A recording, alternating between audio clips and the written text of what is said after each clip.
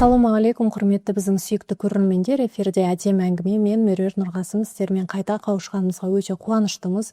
Бүгін біз өте маңызды тақырыпты қозғамақшымыз. Иманның 6 шартының бірі болған періштелерге сенім жайында подкаст жасауды иншалла ниет етіп отырмыз. Ол үшін бүгінгі қонағымен таныс болыңыздар. Арнайы Шамшат ұстаз студиямызға шақырып алдық. Рахмет ұстаз, алтын уақытыңызды бөліп бізге келгеніңіз үшін үлкен алғысымды білдіремін. Ең әуелі, жалпы бірінші сұрағым сол періштелер деген кімдер? Олар жайлы анықтама, бізден айырмашылығы, олардың қызметі жайында әңгімемізді бастасақ. Бисмиллахир-рахманир-рахим. Бүгін мынау әдемі әңгімеде әдемі тақырып өрбігелі отыр. Шынында періштелер, бұл періштелердің аты аталған жердің өзінде бір адамға бір әдемі әсер беретін сондай бір жаратылыстар. Біздің бес сезімімізбен біле алмайтын жаратылыс бұл. Сондай бір болмыс, бірақ Алла тағала біздің иманның негіздеріне бұл періштелерге иман етуді де қойған. Яғни біз оны бес сезімімізбен сезе алмасақ та, бірақ оларға мұсылман ретінде иман етуіміз қажет. Егер біз періштелерге иман етпейтін болсақ, немесе оны теріс дейтін болсақ, тіпті ол бізді күпірлікке дейін алып баратындай сондай бір жағдай. Демек, періштелер біздің өмірімізде өте маңызды, жалпы ислам дінінде де өте маңызды бір жаратылыс. Енді жаңа өзіңіз айтқандай періштелердің туралы біз жалпы не білуіміз керек дейтін болсақ, періштелерді енді көпшілік оқырмандар да білетін шығар. Періштелер бұл жаратылысы бізден бөлек, олар нұрдан жаратылған. Олардың әртүрлі қызметтері бар бұл әлемде. Адам баласынан бұрын жаратылған. Адам ата алейхиссалам жаратылған кезде жаратылыс ретінде періштелердің жаратылып қойғандығын біз білеміз. Яғни олардың жаратылысы бізден бұрын болған. Періштелердің жалпы бізден қандай айырмашылықтар бар дейтін болсақ, жаңа жаратылыс жағынан айырмашылықтар бар. Нұрдан жаратылғандар, мысалы біз топырақтан жаратылған болсақ, олар нұрдан жаратылған. Біздің әрдайым белгілі бір денеміз бар, олардың әрдайым белгілі біз білетін бір дене жоқ, олардың әртүрлі болмысқа ене алатындығы айтылады. Болмыстар, яғни толығымен бізден бөлек. Біз пенде ретінде, адам ретінде, пенде ретінде бір нәрселерге мұқтаждығымыз бар. Мысалы, ішіп жейміз, өмір сүру кезеңінде үйленеміз, бізде жыныс бар, жынысқа бөлінеміз адамзат, балалы шағалы боламыз, көбейеміз. Ал періштелерде олай емес, олар жынысқа бөлінбейді, және олар ішіп жемейді, біз секілді ондай бір дүниелік мұқтаждықтары жоқ. Олар бала шағалары көбеймейді. Енді мысалы мүшриктердің кезінде ислам дінінен бұрын оларда да періште туралы сенім болған, бірақ олар періштеге сенгенде қалай сенді? Оны Алла тағаланың қыздары ретінде сенді. Яғни періштелерге бір жыныс белгіледі өздерінше. Ол жыныста періштелерді бір әйел жынысында көретін еді олар. Бірақ бұны Құран кәрімде теріс деді Алла тағала. Демек, біз бұл жерде мынаны шығаруымызға болады. Демек, жаңа айтқанымыздай періштелерде бір жыныс жоқ. Егер біз оны әйел жынысына балайтын болсақ, періштелерді, онда тіпті бұл бізді күпірлікке дейін алып барады. Неліктен дейтін болсақ, себебі Құран кәрімде Алла тағала оны жаңа мүшриктердің сенімін теріс деп отыр ғой, олар әйел еместігін айтып отыр. Демек, біз оларды әйел дейтін болсақ, сол Құран кәрімге де қарсы шыққан боламыз. Алла тағаланың айтқан аяттарына қарсы шыққан боламыз. Демек, ол күпірлікке дейін алып баратын бір мәселе. Ал енді періштелер адамдарға кезінде адамзат тарихында көздеріне көрінген, қандай бейнеде көрінген? Мысалы, пайғамбарымызға саллаллаху алейхи вассаламға Жебірейіл періште өзінің бейнесінде 2 мәрте көрінгендігі айтылады. Оның тысында адам бейнесінде көрінгендігі айтылады. Адам бейнесінде, мысалы, біз иман туралы айтылған хадисте, иман не, ихсан не деген сұрақпен келген хадисте, мысалы, Жебірейіл періштенің сахабалар да көрген ол кезде.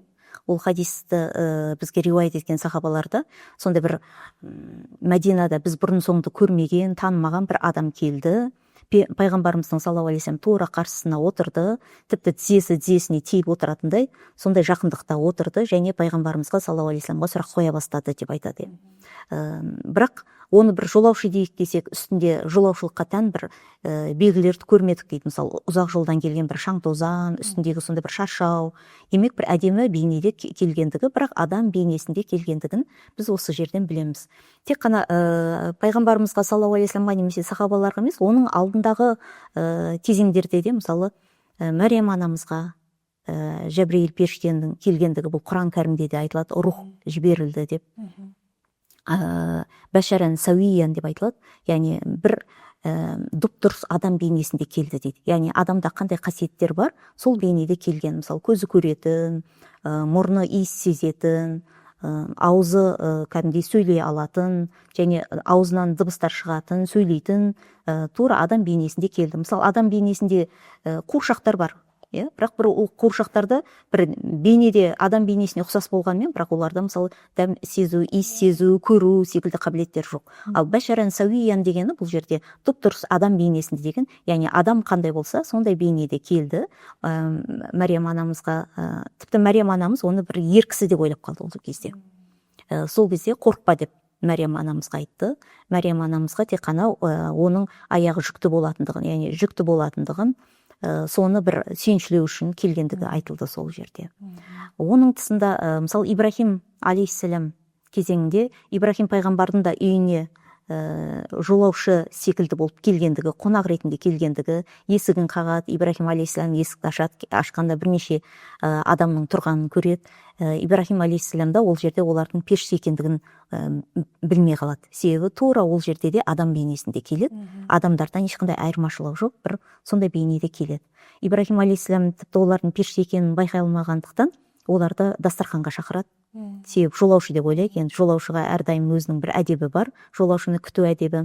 Алыс жолдан келді, қарны ашып келді деп ойлап, оларды дереу дастарханына шақырып, алдарына тамақ қояды. Бірақ қарайды, тамақ қойған кезде олар тамаққа қарай қол созбайды. Сол кезеңде Ибрахим алейхиссалам енді бірнеше ер кісі бейнесінде, оларды ер кісі деп ойлап тұр ғой, дастарханға қол созбағанын қарап қорқады. Ішінде сондай бір қорқыныш пайда болады. Бұлар кімдер, қандай мақсатта келді дегендей. Бірақ сол жерде де олар сөйлеп, Ибрахим алейхиссаламға өздерінің кім екендігін айтады. Мысалы, олар негізі Лут алейхиссаламның қауымына қарай кетіп бара жатқан болатын, Лут пайғамбарға қарай кетіп бара жатқан, жол жөнекей Ибрахим алейхиссаламға келіп, сондай бейнеде Ибрахим алейхиссаламның үйіне келе көрінеді. Яғни біз бұл жерден нені көреміз? Жаңа Мәриям анамыздың Құранда айтылған оқиғасынан, Ибрахим алейхиссаламның бұл оқиғада Құран кәрімде айтылған, бұл оқиғадан да нені көреміз? Демек, олар сондай бір ажырата алмайтындай адам бейнесінде келетіндігін, адамдардың көзіне көрінгендігін кезінде, оны тіпті пайғамбар болса да Ибрахим алейхиссаламның өзінде ажырата алмай қалғандығы. Мысалы, сахабаларда жаңа пайғамбарымызға саллаллаху алейхи вассаламға Жебрейіл періште келген кезде оны да олар басында періште екенін біле алмады ғой. Кейіннен пайғамбарымыздың өзінің айтуымен ол кетіп қалғаннан кейін барып, оның періште екендігін пайғамбарымыздан естіді. Ары қарай Лут алейхиссаламның қауымына кетеді, мысалы, жаңа Ибрахим алейхиссаламға келгендер. Сонда оны қыздары көріп, Лут алейхиссаламды сұраған кезде, қыздары да оны жаңа бір ер азаматтар екен деп ойлап қалып, әкесіне ертіп барады. Лут алейхиссаламға барған кезде, Лут алейхиссалам да басында оларды бір адам деп ойлап, бірақ кейіннен өздерінің айтуымен Алла тағала тарапынан оларға хабар алып келгендігін біліп, оның періште екендігін біледі. Лут алейхиссаламның қауымы да өте бір жаман жолда жүрген, бір сондай бір арсыздықтармен айналысқан, арсыздық жолда болған сондай бір қауым болған. Ол қауымдағылар да оны сырттарынан көріп, бұларды бір ер кісілер екен деп, Лут алейхиссалам барып есігін қағып, саған келген қонақтарды бізге шығарып бер деп, сондай бір өздерінің бұл жерде де олардың періштелерді ажырата алмағандығын, яғни адам бейнесінде болғандықтан, оларды бір ер азамат екендігін солай ойлағандығын көреміз. Ал енді көбінесе адам бейнесінде көрінген кезде негізі ер кісі бейнесінде көрінгендігі осындай риуаяттарда айтылады. Яғни ешқандай риуаятта әйел бейнесінде келгендігі айтылмайды, тек қана ер кісі бейнесінде келгендігі айтылады. Бірақ бұл ер кісі бейнесінде келгендігі олардың бір жынысы ер жыныста екендігі білдірмейді. Себебі Құран кәрімде айтылғандай оларда бір жыныс жоқ. Адамдардан басты айырмашылықтардың біреуі осы. Олар біздің бір пендешілік, бұл дүниелік жақтарымыз болғандықтан, дүниедегі бар нәрселерге бейімділіктеріміз болғандықтан, мысалы біз ішеміз, жейміз, күнәлар бар бұл өмірдің ішінде, сол күнәларға да баруымыз мүмкін. Ал періштелерде ондай бір дүниелік жақтары жоқ, олар тек қана рухани болмыстар. Сондықтан олар руханиятпен таза бір өздерінің болмыстарын сақталады оларда. Сондықтан оларда ешқандай күнәға бейімділік жоқ, оларда нәпсі деген нәрсе жоқ, Алла тағалаға қарсы келу деген нәрсе жоқ. Осындай бір тап-таза жаратылыс. Ұстаз, енді Алла тағала еш нәрсені жайдан жай жаратпайтыны түсінікті. Бір қызық сұрақ, періштелерді бізді енді түсінікті құлшылық ету үшін жаратты. Періштелерді жаратудағы мақсат, олардың қызметі, олар не үшін жаратылды? Иә, негізі шынында періштелер мысалы жаңа айтып жатырмыз, Алла тағала қарсы келмейді. Олардың бірнеше қызметтері бар, Алла тағала белгілеп берген. Әртүрлі қызметтер бар, әртүрлі періштенің әртүрлі қызметтері бар. Бірақ ол қызметтер болмаса да Алла тағаланың ұлылығында ешқандай кемшілік болмайды. Олар Алла тағалаға құлшылық етпесе де Алла тағаланың ұлылығында бір төмендеу болмайды. Алла тағала әрдайым ұлық. Ал онда олай болатын болса, періштелер не үшін жаратылды? Мысалы, кейбір жаңа адамдарға пайғамбарларға хабар алып келеді. Мысалы, Микаил алейхиссаламның біз осы ғаламдағы кейбір қызметтерді атқаратынын білеміз. Мысалы, жаңбыр жауы, қар жауы, адамдарға ризықтың бөлінуі, ризықтарды алып келінуі деген секілді. Әзірейіл періштені мысалы жан алатын періште ретінде білеміз, адамның ажалы келген кезде. Жебірейіл періштені пайғамбарларға уахи алып келетін, яғни Алла тағаламен ортада бір байланысты құрып беретін, байланысты орнататын, хабар алып келетін, және Жебірейіл періштенің бір қызметтерінің біреуі жер сілкінісі мәселесінде сол Жебірейіл алейхиссаламның соны басқаратынын, сондай бір міндеті бар екендігі айтылады Жебірейіл періштенің. Басқа да періштелер бар, мысалы әртүрлі періштелер, қазір енді реті келгенде оларға да тоқталармыз, бірақ олардың ол қызметтерін ол атқармаса Алла тағалада бір әлсіздік болып қалмайды. Ол қызметтерді Алла тағала қаласа періштелерсіз де өзінің әмірімен де атқарта алады. Алла тағала күн фаякун, яғни бол десе барлық нәрсе болатын еді. Бірақ онда періштелер не үшін жаратылды дейтін болсақ, періштелердің жаратылуында мысалы адамдар да болмаса Алла тағаланың бұл ғаламның ішінде бір кемшілік болмайтын еді. Жаратқан құбылыстарының арасында бір орны толмай қалатын, бір орны бос нәрсе қалып кетпес еді. Бірақ Алла тағала адамдарды не үшін жаратты? Ол жерде де бір хикметтері, Алла тағаланы танып, Алла тағалаға құлшылық ету, Алла тағаланың құдіретін көріп тамашалауы адамдардың. Сол секілді періштелердің де жаратылуы адамдардың Алла тағаланың құдіретінің әртүрлі нәрселерге жететіндігі. Осындай бір таптаза болмыстардың да бола алатындығы, таптаза болмыстарға жету мүмкіншілігін бар екендігін періштелер арқылы бізге көрсетеді. Мысалы, періштелер бар, шайтандар бар. Періштелерге біз қарай отырып, демек адам күнәдан өзін ұзақ тұтса, алыс ұстаса, болмысын тазартса, онда олар да періштелер секілді сондай бір болмысқа жету алдына сондай бір мақсат қоя алады. Ал жаман жолдарды таңдайтын болса, онда Алла тағала біздің көзімізге көрсетіп тұр. Мына жолда болсаңыздар періштелер секілді жақсы болмыста боласыздар, ал мына жолға түссеңіздер, онда шайтандар секілді сондай бір болмыста боласыздар деп сол жағынан көрсетіп отыр. Оның тұсында жаңағы періштелер жаратылған кезінде періштелердің әрине әртүрлі қызметтер атқару арқылы Алла тағала бір жағынан өзінің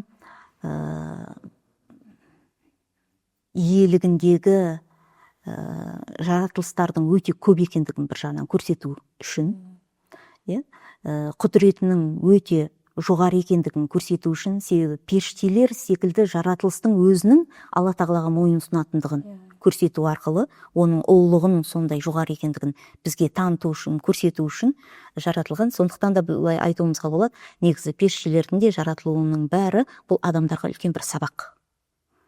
Содан өмірлерінде әртүрлі жаңа Алла тағаланы тану жолында, өзін дамыту, жетілдіру жолында әртүрлі сабақ алу үшін де сондай бір хикметі бар. Әрине, енді біз қазір бірнеше себептерін айтып жатырмыз ғой, бірақ бұл себептер Алла тағала бір нәрсені жаратқанда бір ғана хикмет үшін жаратпайды. Әрине.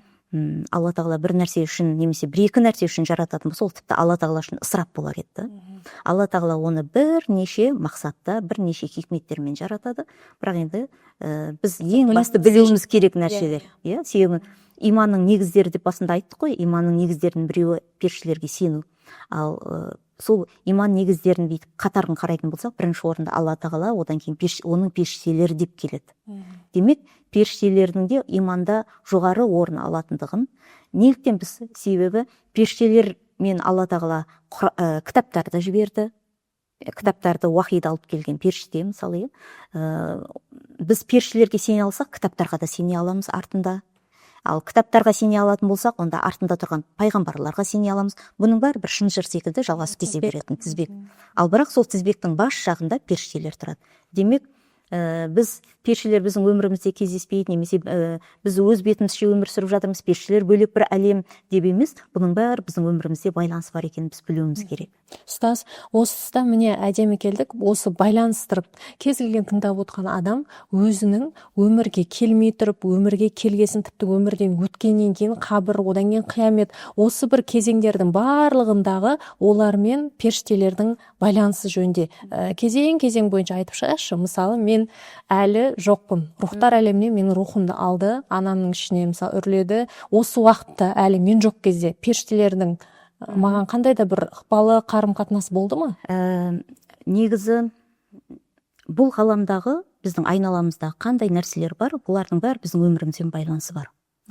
Жалпы Алла тағала бізді сондай бір керемет қонақ ретінде жаратқандығы бүкіл ғаламды бізге қызмет еттіріп қойған. Және бүкіл ғаламды біз үшін жаратқан. Қарайтын болсаңыз, тіпті аспан әлеміндегі жұлдыздардың өзін қараңыз, біздің өмірімізден, қазір біз өмір сүріп жатқан жерімізден, біздің тіршілігімізден қанша миллиондаған километр ұзақтықта болса да, бірақ оның да біздің өмірімізбен бір байланысы бар. Себебі оның өзінің осы бір экожүйенің ішінде, ғаламның ішінде бір тепе-теңдікті сақтап тұратын, біздің өмірімізге сондай бір әсерлері бар негізі. Сондықтан мен қазір Қазақстанда өмір сүріп жатырмын, бірақ Африкада жаратылған бір қоңыздың менің өміріме не қатысы бар дей алмаймыз. Себебі оның өзінің бұл ғаламның ішінде біздің өмірімізбен бір байланыстар бар. Сондықтан да біз намазда тұрғанда да ияка нағбуду ва ияка настаин деп неліктен көпше түрде айтамыз?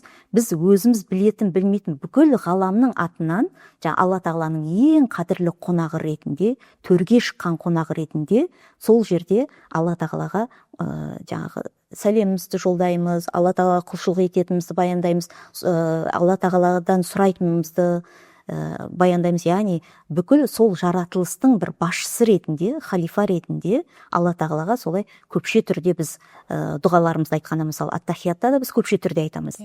Неліктен дейтін болсақ, себебі біздің өміріміздегі, айналамыздағы барлық нәрсе біздің өмірімізбен қатысы бар, және Алла тағала олардың бәрін біз үшін жаратқан. Сол секілді періштелер де біз үшін жаратылған негізі. Осылай да айтуымызға болады. Себебі олардың біздің өмірімізбен байланысы бар. Тіпті жаңа әңгімеміздің басында айттық қой, Адам ата алейхиссалам жаратылғанда періштелер бар еді депті. Олардың Алла тағаламен сол арада бір диалогтары болды. Мысалы Құран кәрімде ол айтылды. Ертең осындай фитна тудыратын, қан төгетін Адам ата, мысалы Адамның ұрпағын солай деп суреттетті олар. Оның жаратылысының қажеті не дегенде Алла тағалаға сұрақ қойды. Алла тағала сендер менің білгенімді біле алмайсыңдар деді. Одан кейін оларға Адам ата алейхиссаламға есімдерді үйретті, періштелермен жарыстырғандай сондай бір көріністер өтті сол кезеңде.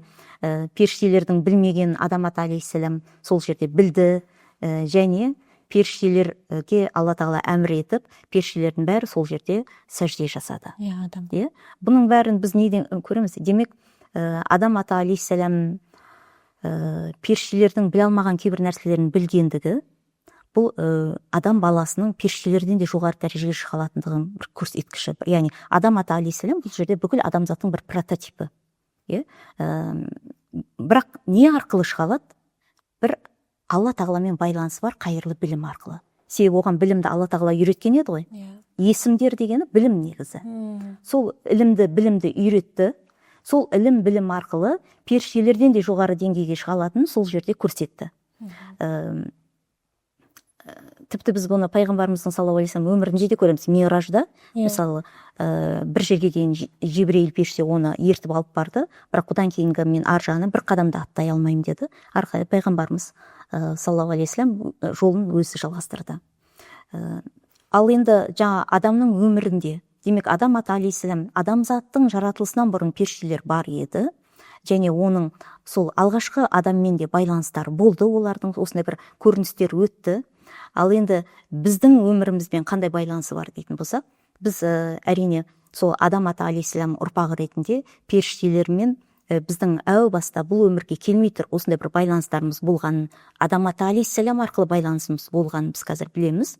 Ал бірақ рухтар әлемінде періштелер біздің қасымызда жүрді, періштелермен біз дос болып жүрдік, солармен бірге күн өткіздік, бірге уақыт өткіздік деп айта алмаймыз. Себебі ол туралы ешқандай мәлімет жоқ. Рухтар әлемінде, бірақ рухтар дейміз қарайтын болсақ, ол жерде де бізде дене болған жоқ, тек рухымыз ғана болды, және періштелерде сондай бір рухани жаратылыс болғандықтан сол жағынан кішкене бір ұқсастықтарымыз болған болуы мүмкін. Себебі біз рухтар әлемінде әлі күнә жасауды бастаған жоқпыз біз, біздің сынақтарымыз басталған жоқ. Мысалы періштелерде де өмірлерінде сынақ жоқ оларда да. Сондықтан да олар ертең дұрыс міндеттерін атқармағандар тозаққа барады, дұрыс міндетін атқарғандар жәннатқа барады деп олай бөлінбейді. Тозақтағы періштелер бар, бірақ олар тозақта бір азап шегу үшін емес, олар тозақтағы бір міндеттерін атқару үшін. Мысалы, тозақтың алдында күзетші періштелер бар, тозаққа қарай келген адамдарды кіргізіп тұратын періштелер бар, тозақтың ішіндегі қабаттарында адамдарға сол азаптарды қамтамасыз етіп тұратын, соны азаптардың болуына сондай бір міндет атқарып тұратын періштелер бар. Мысалы, забани періштелер деп аталады, олардың тозақтағы періштелердің тіпті басшысының аты Мәлик деп аталады. Жәннатта болатын періштелер бар, бірақ олар да сол күшті қызметтерін атқарған үшін жәннатқа барып жатқан жоқ. Жәннатта оларға бір міндет, оларға жүктелгендіктен, қызметші сияқты. Олардың да жұмысын атқару. Олар жұмысын атқару. Демек, олардың бұл өмірде бір сынақтары жоқ. Рухтар әлемінде де бізде де ондай сынақ болған жоқ. Осы жағынан ұқсастықтарымыз болды. Ал бірақ қай уақытта біздің бұл өмірге келу уақытымыз басталды, сол уақыттан бастап біз жаңағы анамыздың жатырының ішіне бұл әлемдегі физикалық заңдылықтар бойынша клеткалар мысалы қосылды, клетка пайда бола бастады, адамның клеткасы пайда бола бастады. Сол кезеңде әрине біздің денеміздегі клеткаларымыз, қан айналу жаңағы біздің қандарымыздың әрқайсының клеткаларға сіңуі, олардың әрқайсының өзінің клеткаларының көбеюі, артуы, кемуі, бұлардың бәрінде негізі періштелердің де қызметтері бар. Себебі бұл әлемдегі періштелердің санын біз қанша екенін білмейміз, өте көп, және олардың осы ғаламның ішіндегі қаншама болып жатқан нәрселердің қасында қоса жүретінін білеміз біз. Мысалы, жаңбыр жауып жатса, жаңбырдың әр тамшысы періштелер қасында қоса сол тамшыларды алып түсетіні. Қар, мысалы, кейде айтылады ғой, мысалы, Алматы қаласында да қар жауғанда 1 метр қар жауды деп, Алматының көлемін қараңыз өзіңіз, қанша километр, шаршы метр мысалы, соған қанша жаңағы әр қардың бір бөлшегі әрқайсы жауған сайын оны біз санап та бітіре алмаймыз. Сондықтан да біз қарды санай алмаймыз еш уақытта. Тек қана мүмкін жаңағы метрлеп немесе тонналап осынша тонна қар қаладан шығарылды демесе, бұлайынша санай алмаймыз. Сондықтан да сол шексіз қар деп айтатын болсақ, сол жерде сол қардың әрқайсының әр талшығын түсіріп жатқан періштелер бар. Желдің тұруындағы періштелер бар, өсімдіктердің өсіп жатқанында періштелер бар. Демек, әр құбылыстың қасында қызмет атқарып жүретін періштелер бар. Біздің де сол ана жатырына түсіп жатқанда, сол клеткалардың жаратылып жатқанда қасында қызмет атқарып жатқан періштелер болады. Бірақ ол біз ең көп хадистерден білетініміз жаңағы жатырдың ішіне рухтың үрленетіні, біз жаңа жансыз дене болып тұрған кезде денемізге жан бітіретін сондай рухтың келіп періштелер тарапынан келіп, Алла Тағала тарапынан үрленген рухты алып келетіндігі, және оның біздің ішімізге қоятындығы, сол жерде біздің тағдырымыздың жазылатындығы, біздің ризығымызды тіпті сол жерде жазатын періштелер, біздің бақытты бақытсыз болатынымызды тіпті жатырда жатқан кезде, оның бәрінің Алла Тағаланың білімін сол жерде алып келетін періштелер бар. Осы жерден біздің періштелермен былай байланысымыз болғанмен, бірақ мысалы біз ана жатырында 9 ай 10 күн жатқанда, біз ана жатырының ішінде біз қасымызда періште болды ма, болмады ма, одан біз беймәлім, біз ол кезеңде хабарымыз да болған жоқ, себебі ол кезде біздің санамыз жоқ еді, көзіміз, құлағымыз болғанмен, оны бір білім алатын көз емес еді, білім сіңіретін құлақ емес еді. Сондықтан да біздің жатырымыздың ішінде біздің қасымызда қанша періште болды ма, болмады ма, біздің одан хабарымыз жоқ. Ұстаз, енді кішкентай балаларды жаңа періштесі қақты деген сөзді қазақта жиі қолданып жатады. Сол тіпті өзіңнің кішкентай балаңа қарап отырсаң осы бір нәрсені байқауға болады. Мысалы жүгіріп тәлтіректеп енді аяғы шығып жүрген бала, мынандай бір батарейка бірдеңке үйде бар ғой, енді столдың мынандай қыры, соған прям миллиметр қалғанда сол бұрылып кетіп сол көзіне кіріп кетеді. Мен өзім таң қалып қаламын да, мынау қалай болып кетті деп. Қазір міне құлайды деген балаң сол жерге барғанда бүйтіп ақырын ғана бүйтіп жай құлайды или мынанша жетпей қалады. Осы жерде шынымен де бір адам дүниеге келген кезде баланың жанында қорғаушы періштесі болады деген рас па? Иә, жаңа өзіңіз айтқандай шынында тіпті кейде биіктен құлайды, үлкен адам құласа бүкіл денесі сынатын еді, бірақ бала құлайды, аяққа тұрып қайтадан жүріп кете береді. Иә, сондай бір жағдайлар бар. Сондықтан да бізде қазақта сол сөз тіркесі қалыптасып кеткен, періштесі қақты деген. Адам баласы дүниеге келген кезінде оған қасында хафаза періштелер дейміз, қорғаушы періштелер, бірден қызмет атқаратын періштелер, оның өмірінің соңына дейін бірге қасында болатын періштелер жазылады. Олар сол міндеттерін атқаруға бірден сол баланы күтіп тұратындай жатырдан шыға салысымен сол қасына еріп, өмірінің соңына дейін, қабірге дейін олар өмірінің қасында жүреді. Сондықтан да біз олар жасаған күнәмізге қарай не азайып, не кеміп кетпейді. Ондай риуаяттар да бар. Күнәлар жасалған кезде періштелердің қашатыны, қасымыздан кететіні, алыстайтыны, сондықтан кейбір періштелердің, мысалы пайғамбарымыздың саллаллаху алейхи вассалам кейбір хадистерінде, мысалы ит болған үйге періштелердің кірмейтіндігі, сурет болған адам бейнесі болған сурет бар жерлерге періштелердің кірмейтін деген. Бұны ғалымдар қалай түсіндіреді? Бұл сіздің қасыңызда жүрген періштелер. Сіз мысалы бір бөлмеге кірдіңіз, намаз оқиын деп жатсыз, айналаңызда суреттер бар. Намаз оқи беруіңізге болады, ең басты құбылаңызда тұрмау керек ол суреттер. Бірақ оң жағыңызда, сол жағыңызда суреттер тұрса да, намаз оқи беруіңізге болады, намазға кедергіңіз жоқ. Бірақ сол суреттер болған жерге сіздің жаңа айналаңыздағы 360, бір риуаятта 384 деп айтылады хадисте, адамның қасында сол хафаза, яғни қорғаушы періштелер. Бір адамның қасында 384. Қазір де отырмын, әрқайсымызға. Бір риуаятта 160 деген. Сондай періштелер. Яғни бұдан біз нені көреміз? Біз Алла тағаланың сондай бір қадірлі қонақ екендігін көреміз. Сол ғой. Иә, Алла тағала бізді сондай бір қадірлеп жаратып қойған, бірақ біз сол қадірлеп жаратып қойған болмысымызды дұрыс емес, қадірсіз нәрселерде қолдануымыз, бұл былай қарағанда біздің өте ақылсыздығымыз деп айтуымызға болады. Білімсіздік. Сондай бір керемет жаратылыстарды сіздің айналаңызға қоршатып қойғанда, 360 мақұл 384, 360 дейді. 360-ны алайықшы біз. 360-ның өзі аз сан емес. Бала дүниеге келгеннен бастап сондай 360 періште, хафаза періштелері болады. Оның тұсында оң жағында, сол жағында, иығында отыратын періштелерді білеміз. Бұл Құранда да айтылған, керамен катибин, яғни жазушы, құрметті жазушы періштелер. Оны тіпті бір аятта рақибун атид деп айтылады. Соған қарап ғалымдар оң жақта отыратын періштенің атын рақиб, сол жақта отыратын періштенің аты атид деп айтылатындығын айтады сол аяттан шығарып.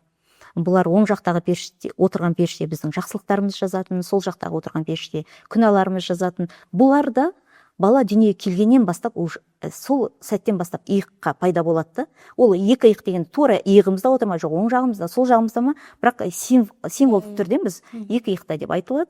Оларда бала мысалы балиғатқа толғанға дейін оған күнә жазылмаса да, бірақ сол иықтарында екі иықта отыратын періштелер сол бала толған сәтінен бастап оларда пайда болады. Ал енді олар не істейді балиғатқа толғанға дейін? Мысалы бала күнә жасайды. Амалдаттер ашылған жоқ. Амалдаттерінде жазылған жоқ деген пайғамбарымыздың саллаллаху алейхи вассалам хадисінен білеміз. Үш нәрсе қалам жазылмайды деген. Біреуі ұйқыдағы адамға қалам жазылмайды, біреуі сол жаңағы бала, біреуі ақыл есі кеміс адам, ақыл есі қайтадан орнына келгенге дейін оның ешқандай амал дәптеріне ешнәрсе жазылмайды. Қазіргі желқұлы болып ауырып жүрген адамдар ертең қияметте соны сұралмайды ма? Сұралмайды. Психически ауыратын, ішіне жын кіріп кеткен бірдеңке деп әркім әртүрлі диагноз қоя береміз, бірақ шынымен де біртүрлі. Бірақ ақыл есі кеміс деп айтамыз ғой. Сол адамдарды да біз сыртынан қарағанда байғұс-ай деуіміз мүмкін, немесе солардың анасына қарап жанымыз ашуы мүмкін. Ой, сондай баламен енді өмірінің соңына дейін сол баланы сүйреп жүру керек, арқалап жүру керек деп. Бірақ негізі олар шынында қарағанда бізден де бақытты адамдар. Себебі олар есепсіз, қисапсыз, сұраусыз жәннатқа бірден кіретіндер. Пайғамбарымыздың саллаллаху алейхи вассалам тіпті бір сахаба сұрайды, бір аяқ шолақ болады. Менің аяғым шолақ, мен ертең жәннатқа қалай кірілейін, сен екі аяқпен кіресің жәннатқа дейді. Яғни сол кемшіліктен орны толтырылып, олар жәннатта. Егер біз басымызға келіп жатқан қандай да көбінесе енді адам болғаннан кейін біз өзімізді басқалармен салыстыра береміз ғой. Оларда бар, менде жоқ сізде жоқ нәрсе ертең жәннатта болады. Сол кемшіліктің орнын міндетті түрде Алла тағала бұл дүниеде немесе ақыретте бәрі толтырады.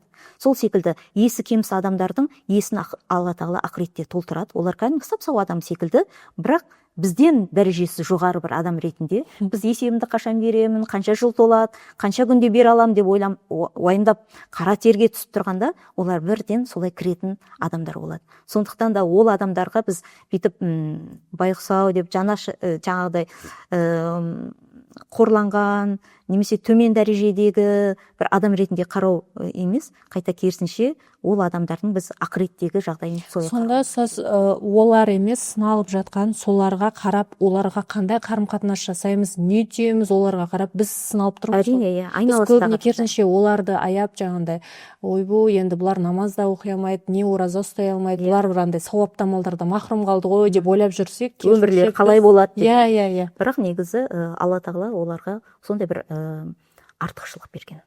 Ендеше олар сұраусыз кіріп кететін болса, олардың ата-анасы да әлбетте ертең ол аяққа барған кезде оның машақаты үшін ата-анасы мына жақта намазын асығып оқуы мүмкін, ана өткен кішкене есі не баласы болғаннан кейін ол барып бірдеңе күйіп қала ма, бірдеңе қоя ма деп әйтеуір апыл-ғұпыл оқуы мүмкін. Яғни құлшылықтан да ол нәрсе оны белгілі бір нәрсеге тосуы мүмкін.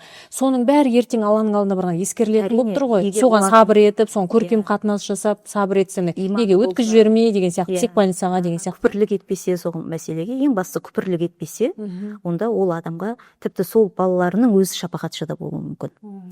Себебі ол жәннатқа кірейін деп тұрғанда анасын сұрауы, менің анам деп, маған осындай қараған анам деп.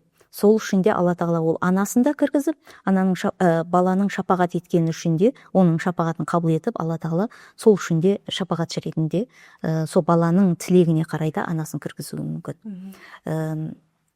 Енді жаңа балаларды айтып жатырмыз, балиғатқа дейін еш нәрсе жазылмайды, бірақ екі иығындағы періштелер не істейді дегенде, оны да мұсылман ғұламалар былай деп айтады: егер бала балиғатқа, мысалы ер балдарды біз 12 жастан толады деп күте бастаймыз, қыз балаларды 9 жастан деп күте бастаймыз, сол аралыққа дейін балалар егер бір жамандық жасап қойса, оның күнәсі ата-анасына амал дәптеріне жазылады.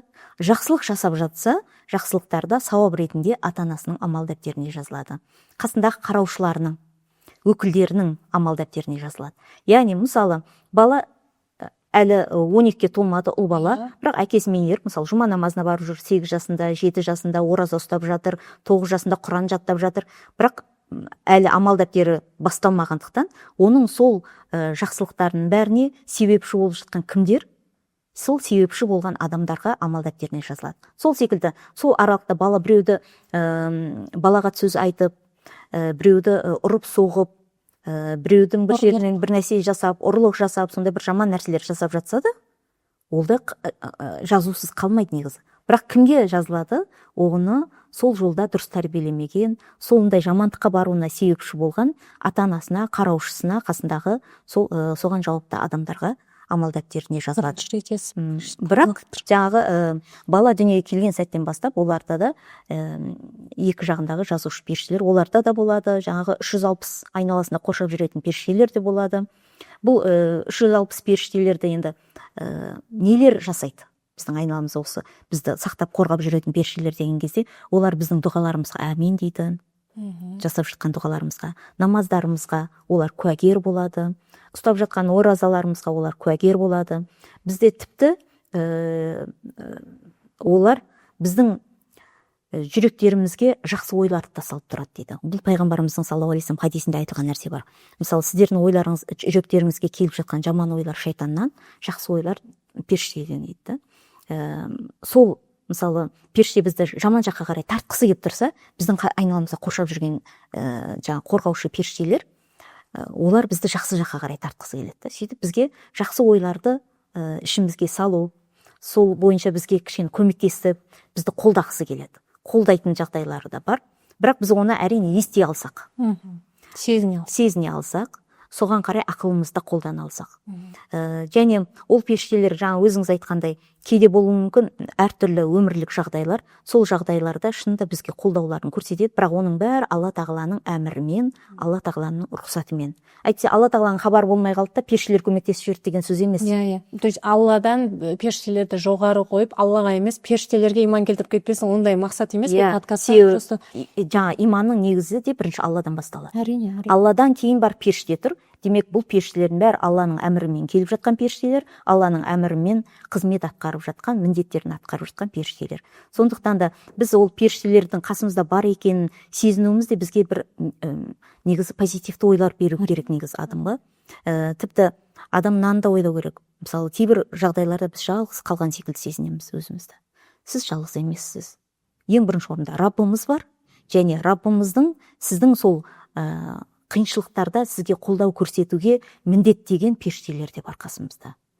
Бізді жақсы жаққа қарай барсақ қуанатын, жаман жаққа қарай баратын болсақ, біз үшін Алладан дұға сұрайтын, ол айналамыздағы жаңа 360 періште біз үшін дұға да етеді.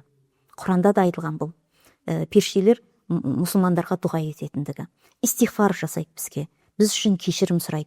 Яғни Алла тағала бұл бізге нені көрсетеді? Алла тағала осы періштелер арқылы да осындай мәселелермен бізге құлым жәннатқа келсінші, құлым жақсы болсыншы. Шексіз мейірімін ғана көруге болады. Тек өзіңіз ғана истигфар сұрап қоймайсыз. Қасыңызда періштелер де сіз үшін истигфар сұрап жатыр да, сіз үшін дұға етіп жатыр. Бұның бәрі Алла тағаланың мейірімінің өте сізге төгіліп тұрғандығын көрсетеді. Сондықтан біз осындай періштелердің қасымызда бар екендігіне бір жағынан өзіміздің өмірде бір жалғыз қалған, өміріміз жаңағыдай бір тығырыққа тірелген секілді сезіну емес, қайта керісінше осыларды ойлап әрдайым жақсылыққа қарай ұмтылу біздің бірінші жолымыз. Ұстаз, осы тұста періштелер енді біз көбіне куә етеді деген жақсы амалдарға, оған не адамдар да куә етуі мүмкін. Сен ораза ұстап жүрсің ба деген сияқты, намаз оқиды, бұл намазхан ғой деген сияқты. Жақсы. Біз көбіне қай кезде біздің шынайы бір бейнеміз көрінеді, ол жалғыз қалған кезде. Яғни намаз оқып жатыр деп есікті сыртынан қойып, намаз оқып жатыр екен деп есік жауып кетуі мүмкін, бірақ сен қаншалықты деңгейде ол жерде намазда тұрғаныңды сен Раббың, сосын 360 періште ғана куәлік етіп көріп тұр. Жылап атсың ба, еңіреп, жоқ, әйтеуір бүйтіп оқи салдың ба, ешкім көріп тұрған жоқ қой, оқып біткен болып шыға салдың ба. Осы жердегі айтқым келгені, мынау әжетханаға кірген кезде сөйлеме деп жатып, көбіне біз соны балаларымызға дұрыс түсіндіре алмай жатамыз.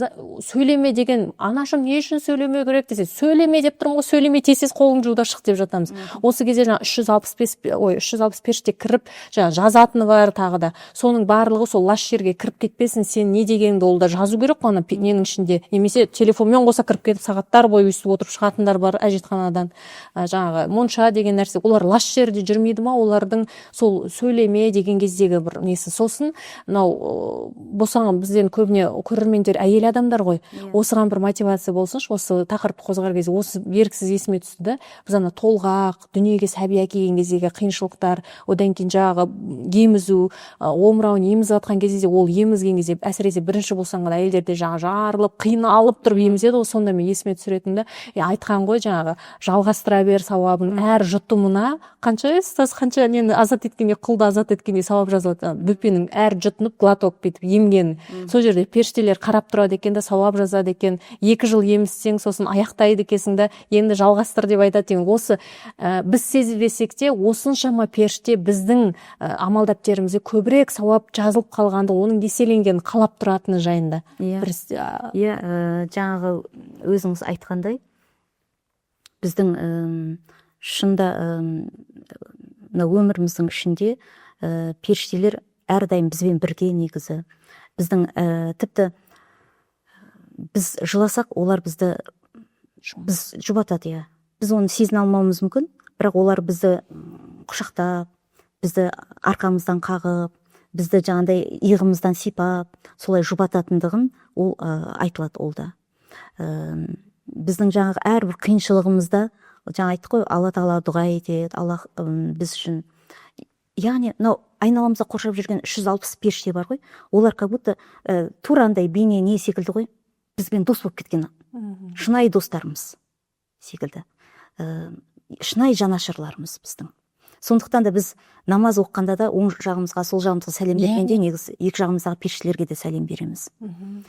Періштелер үшін де дұға ету керек деп айтады. Солай ма? Иә, біз дұғаларымызда періштелер үшін де дұға етуіміз керек. Не деп Бірақ айтыңыз? енді періштелерге дұға еткенде періштелер жәннатқа барсын немесе оларға бір сауап жазылсын деп емес, Алла тағаланың сол періштелерді бізге қойғанына біз Алла тағалаға ризашылығымызды білдіріп, алғысымызды білдіріп, сол періштелерді біздің қасымызда одан сайын көбейтуін сұрауымыз керек. Сонда ол періштелер де қуанады. Біздің олардың қасымызда жасап жатқан қызметтерін біздің бағалағанымызға олар да қуанады да, олар одан сайын бізге жанашырлықпен жақындай түседі, яғни достығымыз одан сайын арта береді. Өзіңіз айтып жатсыз ғой, періштелер шынында өте таза, олар таза жерде жүреді, олар өте әдепті, сыпайы. Сондықтан қай жерде күнә болады, күнә болған жерлеріне олар қаша бастайды. Себебі күнә болған жерлерде, арсыздықтар болған жерлерде, бұл жерлер таза жерлер емес. Біз тіпті үйімізде періштелер көп болсын дейтін болсақ, мысалы қонақтап жүретін періштелер бар, 360 періштеден бөлек, тағы да қонақтап жүретін періштелер бар. Ол қонақтап жүретін періштелер әрдайым Алла тағаланың аты аталған, зікір етілген, Құран оқылған, Алла тағала туралы әңгімелер айтылған, сабақтар жүргізілген, уағыздар жүргізілген жерлерге олар келеді, жиналады. Қазір де бар ма ұстаз, біз тыңдап отқан періштелер? Иншалла. Аллаға жеткізусін деп бізді ұлықтап жатыр Аллахым деп. Иншалла, иә. Біз әрдайым сондай үмітте боламыз. Сол періштелерде мысалы жақсы болған жерлерге олар одан сайын шоғырланып жинала бастайды да, ал жаман болған жерлерден олар қашады. Қасымыздағы періштелер де қаша бастайды. Әдепсіздік болған жерлерден олар қаша бастайды. Мысалы Осман алейхиссаламның оқиғасы бар, радиаллаху анхтың оқиғасы бар ғой, сахаба. Пайғамбарымыз саллаллаху алейхи вассалам айтады, Әбу Бәкір кіргенде періштелер отырды, ал кім Хазіреті Омар кіргенде олар отырды, Хазіреті Осман радиаллаху анху кірген кезде олар денелерін жинақтап, олар сыпайылық танытты деп. Себебі Хазіреті Осман радиаллаху анху өте әдепті, өте сыпайы, ұяң, сондай бір кісі болған. Періштелер де оған солай қарым-қатынаста болады. Сондықтан біз өзіңіздің айтып жатқаныңыздай, балалар әжетханаға кіріп жатқанда немесе жалпы өзіміздің әдебіміз негізі мұсылмандар әжетханада ұзақ отырмау, бір қажеттіліктер болмаса ұзақ қалмау әжетханада, сөйлемеу, дұғалар айтпау, зікір айтпау, мүлдем былай ойланбау. Ойланбау дегенде адам бәрі ойсыз болмайды ғой, бірақ енді ойланып бір проблемаларымызды сол әжетханада шешіп отырып қалып, немесе пландарымызды, жоспарларымызды әжетханада отырып құрып қалатындай емес, ондай ойлардың бәрінен мүмкіндігінше аулақ болып, тезірек қажеттіліктеріміз біткеннен кейін, мысалы дәретімізді алып болдық, тезірек шығып кету деген секілді. Неліктен? себебі ол жерде біздің әурет жерлеріміз ашылады. Таза емес жерлер болуы мүмкін, таза емес жерлерге олар кіргісі келмейді. Оларды қинап ол жерге кіргізудің қажеті жоқ, былай қарайтын болсаңыз. Сол секілді біз егер сөйлейтін болсақ, тіпті біз әжетханаға кіріп бара жатқанда аузубиллахи минаш шайтанир ражим деген секілді дұғаларды айтып кіреміз ғой. Бұл дұғалардың айтуының хикметтері не дегенде де, сіз қасыңыздағы періштелерге мен сонда әжетханаға кіріп бара жатырмын дегенді білдіру бір жағынан дейді. Бір жағынан бірінші орында әрине Алла тағалаға дұға бұл, Алла тағалаға сыйынамыз біз жамандықтардан. Екінші орында қасыңыздағы періштелерге де бір белгі беру секілді дейді. Мен осында кіріп бара жатырмын, қазір әурет жерлер ашылуы мүмкін, лас жерлер бұл деген секілді, олар әжетхананың сыртында қалып кетеді дейді. Тіпті жаңағы жазатын періштелер де әжетхананың сыртында қалады, себебі олар әурет жерге қарамайды, әурет жерді көрмейді, әурет ашылған жерде болмайды. Ана Хадиша анамыздың пайғамбарымыз саллаллаху алейхи вассалам келген кезінде уахи емес па, соны тексеру үшін оқиғасы айтылады ғой сирада. Қандай сол жерде қазір маған періште келіп жатыр дегенде, уахи келіп жатыр деген кезде жаңа шашынан кішкене бір талшықтарды сыртқа қарай шығарып қою. Шаштың өзі әурет, әйелдің шашы. Ал егер ол әурет болатын болса, онда періште кетіп қалады дейді да. Уахи тоқтайды дейді. Ал егер ол шайтан болса, шайтан ба шайтан емес па, соны ажырату үшін ол жерде шайтан қала береді дейді да. Сөйтіп сынаған бір несі бар. Яғни олар да бұрынғы Ибрахим алейхиссаламның кезіндегі діннен қалған білімдері бойынша. Демек ол әурет ашылған жерлерде олар болмайды. Тіпті мынау иығымызда бізден еш уақытта айырылмайтын періштелердің өзі сол әурет жерлер ашылған кезде олар алыстап кетеді бізден, ұялады.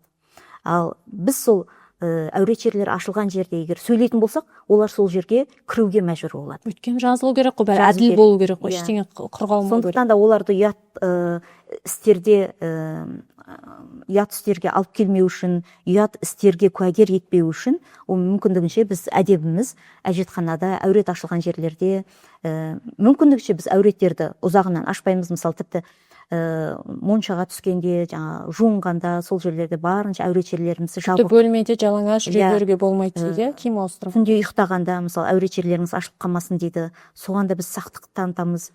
Неліктен? Bir жағынан қасымызда әурет жерлер ашылған кезде шайтандар келе бастайды, періштелер шыққан жерде шайтан бола бастайды.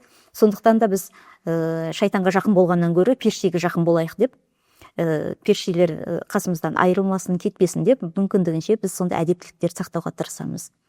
Ал енді жаңа періштелер 360 періштеміз бар. Оның сында жаңағы жақсы әңгімелер айтылған кезде келетін, қасымызға келетін періштелер бар. Жақсы сауапты істер жасап жатқанда соған келетін періштелер бар. Бұлардың бәрі біздің сол амалдарымызды Алла тағалаға ұсынады. Амал дәптерімізге олар жазыла береді. Bir жағынан оны жазып отырғандар да періштелер, оны Алла тағалаға құзырына ұсынатындар да періштелер. Алла тағала көріп тұр, біліп тұр, бірақ сонда да сол періштелер арқылы. Мысалы пайғамбарымыздың саллаллаху алейхи вассалам хадисі бар. Таңертеңгі уақытта, кешкі уақытта періштелердің ауысатыны, жер бетіндегі періштелердің ауысатындығы. Сонда таң уақытында ауысқан періштелерден Раббымыз сұрайды дейді, сен менің құлымды қандай күйде қалдырдың дегенде, ол намаз оқып жатқан күйде мен оны қалдырдым деп. Кешкі уақытта ауысатын періштелерде олар намаз оқып жатқан күйде мен оны қалдырдым деп, Алла тағаланың құзырына солай біздің амалымызды ұсынатындығы айтады. Бұл Алла тағала олар ұсынбаса білмей қалды, хабар болмай қалды деген сөз емес. Бірақ Алла тағала біздің жасап жатқан жақсылықтарымызға оларды куәгер еткісі келеді. Міне көрдіңдер ме, менің құлым басына қандай қиыншылық келіп жатса да, мені зікір етуден таймайды, намаз оқудан таймайды деп, соларды да куәгер ету үшін олар да Алла тағаланы әрдайым ұлықтайды, олар да зікір айтады. Әсіресе зікірлерінің арасында суббухун қуддусун раббуна раббул малайкати ва рух деген зікірді мысалы сол періштелердің көп айтатындығы, пайғамбарымыз саллаллаху алейхи вассалам бізге сол зікірді үйреткен. Бірақ ол зікір періштелердің де зікірі. Мысалы сол біздің жақсы амалдарымызды көрген сайын олар Алла тағаланы одан сайын ұлықтай береді екен, періштелер одан сайын зікір айта береді екен да. Сондықтан біздің жақсы амалдарымыз Раббымызды қуантқан секілді қасымыздағы періштелерді де қуантады.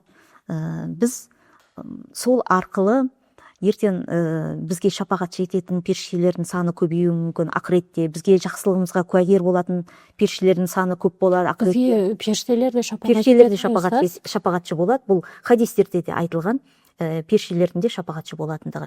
Бірақ Алланың рұқсатымен. Әрине. Себебі Құран кәрімде де айтады, сендердің дұғаларыңда, шапағаттарыңда Алла тағаланың рұқсатының аясында дейді. Сондықтан періштелер мысалы бізге жанашырлық танытып, осыны Раббым кешіре көрші деп біз үшін сұрап жатса, бірақ Раббымыз қабыл етпесе, олардың сұрауы бәрібір біз үшін өтпей қалады. Сондықтан біз періштелермен барынша дос болуымыз керек, оларды әрдайым өзіміздің жақсылықтарымызға куәгер етуге тырысуымыз керек. Енді мынандай бір мәселе бар. Жаңағы әңгімеден шығатын періштелер бізге куәгерлік етеді деген, шапағатшы болады деген. Демек, ақыретте де біздің бұл өмірде періштелермен байланысымыз бар. Қабірге түскенде де мүнкар нәкір періштелер бар. Сұрақ жауап қалатын мүнкар нәкірдің есімдері әрине Құран кәрімде айтылмайды, бірақ хадистерде айтылған. Біз хадистер арқылы білеміз.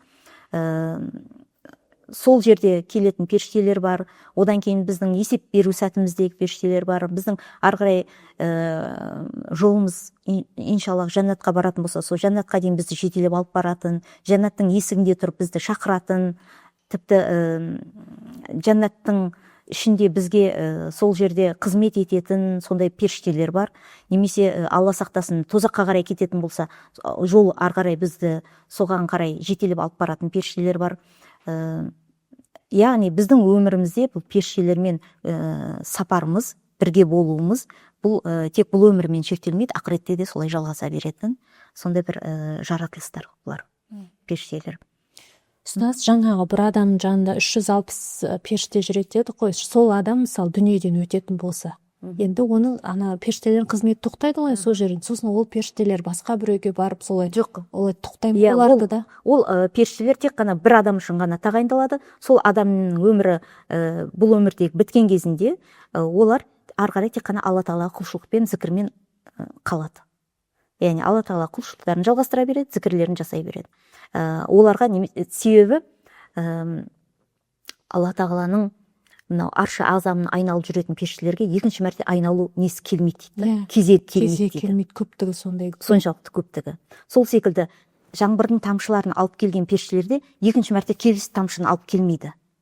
Сонша періштенің көптігі да. Ал сол алып келді түсті. Мысалы 2025 жылы наурыз айында жаңбыр жауды Алматы қаласында, періште алып түсті. Ал ары қарай не істейді? 2025-ке дейін ол не істеді? 2025-тен кейін не істейді дейтін болсақ, 2025-ке дейін ол сол міндетін атқаруды күтіп тұрды. Жаңағы 2025-те наурыздың 15 күні жаңбыр Алматы қаласында осындай сағатта сен осы тамшыны алып түсесің деген міндетті күтіп тұрды. Ол міндетті атқарды, ары қарайда ол алла тағаланы зікір етуін, құлшылық етуін жалғастыра береді. Кейбір періштелер бар, ондай міндеттер атқармайды, олардың міндеті тек қана алла тағалаға сәжде ету. Сәждеден басын көтермейтін. Ол да Құран кәрімде айтылған. Біреулер тек қиямда тұрады. Біреулер тек қиямда тұрады, біреулер тек рукухта тұрады. Яғни қиямет қайым орнағанға дейінде олар солай сол міндеттерді солай атқара береді. Ал қиямет қайым орнаған кезде бүкіл ғалам жаңағы өмір алынып, тіршілік аяқталып, қайтадан жаңа тіршілік басталатын кезінде ең алғаш қайта тірілетін Жәбірейіл алейхиссалам дейді айтылады. Ұстаз, сонда Жәбірейіл алейхиссалам да өледі ме қияметте? Қиямет оларға да орнайды. Оларға да орнайды. Бізге жерге бітті, оларға қатысы жоқ. Оларға да орнайды деп айтылады. Себебі ең алғаш тірілетін Жәбірейіл алейхиссалам болады дейді. Бүкіл жаратылыстың ішінде алғаш тірілетін Жәбірейіл. Яғни әу баста олар қалай жаратылды, солай қайта оларда да жаратылу болады. Енді мысалы Құран кәрімде кейбір періштелер айтылған, кейбір періштелер біз пайғамбарымыздың саллаллаху алейхи вассалам хадистерінен білеміз. Құран кәрімде мысалы сол Жәбірейіл періштенің есімі, сол Жәбірейіл деген есіммен 3 мәрте айтылатындығы, қалған уақыттарда рухул құдус, рух деген аттармен, таназзалул малаикату ва рух деп мысалы біз қадір түнде олардың түсетіні, Мариям анамыздың қасына барғанда да рух деп айтылады, аты айтылмайды. Яғни Жәбірейіл періштенің осындай өзінің атымен де айтылғанын және басқа сипаттармен де, басқа есімдермен де айтылғандығын Құраннан көреміз. Сол секілді ең үлкен 4 періштенің біреуі тағы да Микаил алейхиссалам. Мысалы Микаил алейхиссаламда Құранда Микаил деген аты сол 1 мәрте өтеді. Яғни атымен айтылған. Әзірейіл періштенің аты алмайды Құран кәрімде. Біз оның атының Әзірейіл екенін хадистерден білеміз. Ал Құранда ол Маликул Маут деп айтылады, өлім періштесі деп. Одан кейін Исрафил алейхиссалам бар. Сұр үрлейтін. Исрафил алейхиссалам да мысалы қазір қиямет қайымға дейін ол сұр үрлеу міндетін күтіп тұр. Қиямет орнайтын кезде сұр үрлейді, тіршілік аяқталады, қайтадан тіршілік басталатын кезде, екінші өмір басталатын кезде, яғни о дүниелік өмір басталатын кезде қайтадан Микаил алейхиссалам екінші мәрте сұрын үрлейді, адамдардың бәріне жан бітіп қайтадан тіріліп есеп беруге махшар алаңына жиналады. Сол Исрафил алейхиссаламда есімі Құранда мүлдем айтылмаған, бірақ оның қызметтері айтылған, жаңа сұр үрлейтіні сол қызметтері айтылған, ал есімін біз хадистерден білеміз. Құран кәрімде есім айтылатын есім емес, жаңа хафаза періштелері айтылады, қорғаушы періштелер екендігі айтылады, олардың дұға жасайтын, жаңа истифар жасайтындығын бәрін біз сол Құраннан білеміз. Жазушы періштелерді біз Құраннан білеміз. Оның тұсында жаңа алла тағалаға сәжде ететін, құлшылық ететін періштелерді біз Құраннан білеміз. Сосын біз енді ер адамдар көре ма көрмей ма білмеймін, бірақ бәрібір де мынау жұма намазда мешіттің есігінің екі жағында тұратындар же келді, түгенше бүгін келді жұма намазға деп, себепсіз 3 рет қалса жүрегіне алла тағала мөр басады дегені. Қызық, сонда олар оны кімге жеткізбекші? Ол итакта мына жақта жазылып жатыр емес пе, жұма намазға барды, бүгін мынау бармай қалды, ұйықтап қалды деп? Олар куәгерлік ету үшін. Куәгерлік ету үшін және алла тағаланың құзырында сол нені, мысалы мынау құлың намаз оқып жатыр, мынау құлың жұмаға келіп жатыр, мынау құлың мынау құлшылықты жасап жатыр деп алла тағалаға құзырында жеткізу үшін. Бірақ жаңа басында айтқанымыздай, олар жеткізбесе де онысы да алла тағала біліп тұрған еді, бірақ алла тағала олардың да жеткізгенін қалайды. сол нәрсені. Сосын жаңа білім алуға үйінен шыққанда сол жерге барғанша періштелердің қанатын жаятын. Осы жерде мен түсінбеймін, бұл керемет нәрсе да негізі. Былай өзіңді күшті сезіну үшін, ой, қазір мен мүмкін періштелердің қанатының үстінде келе жатқан шығар, мен деген пересадкамен мына автобусқа мініп, баламды аяққа тастап Құран үйренуге келе жатырмын ғой деген бір өзіңде бір әдемі сезім бол, үміт қой енді.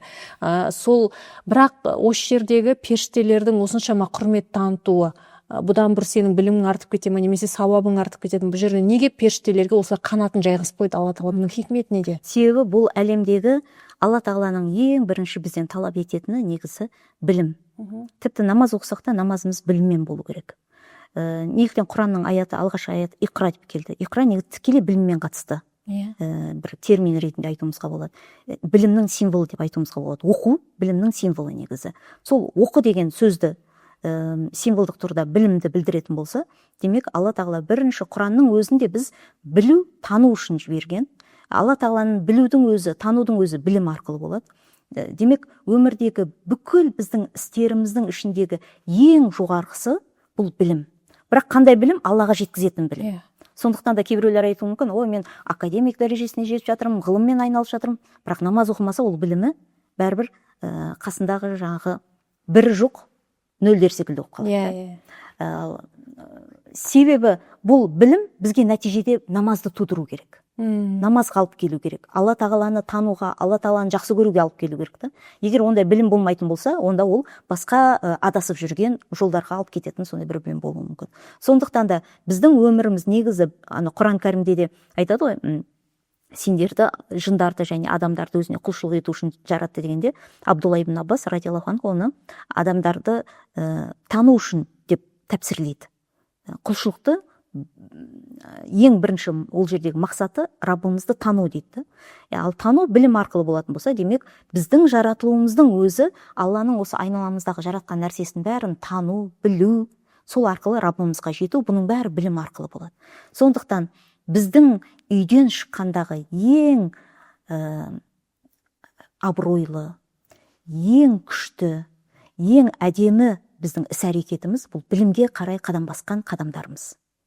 Мысалы, сіз барахолкеге де баруыңыз мүмкін, жұмысқа да шығуыңыз мүмкін, немесе басқа бір кездесуге барам деп шығуыңыз мүмкін, бірақ сондай үйіңізден шығатын қадамдардың ішіндегі ең абыройлысы, ең жоғарғысы бұл білімге қарай басылған қадам. Сондықтан кейбір ханымдар айтады, мешіттерге сабақ алуға баруға бірде барып жүреді, бірде арасын тастап кетеді, немесе балаларын сылтауратып кейде, немесе өзінің бір күйбең тірлікті сылтауратып, білім алудан өзін тыйып қалады, бармай қалады, қиын көріп жатады. Біз айтуымыз керек, сіз соғұрлым біреумен кездесуге де барасыз, соғұрлым барахолкеге де барасыз, базарға да, соғұрлым біреу қонаққа шақырса, қонаққа да барасыз. Ал білім солардың ішінде үйіңізден есігіңізді ашып шығатын қадамдардың ең жоғарғысы.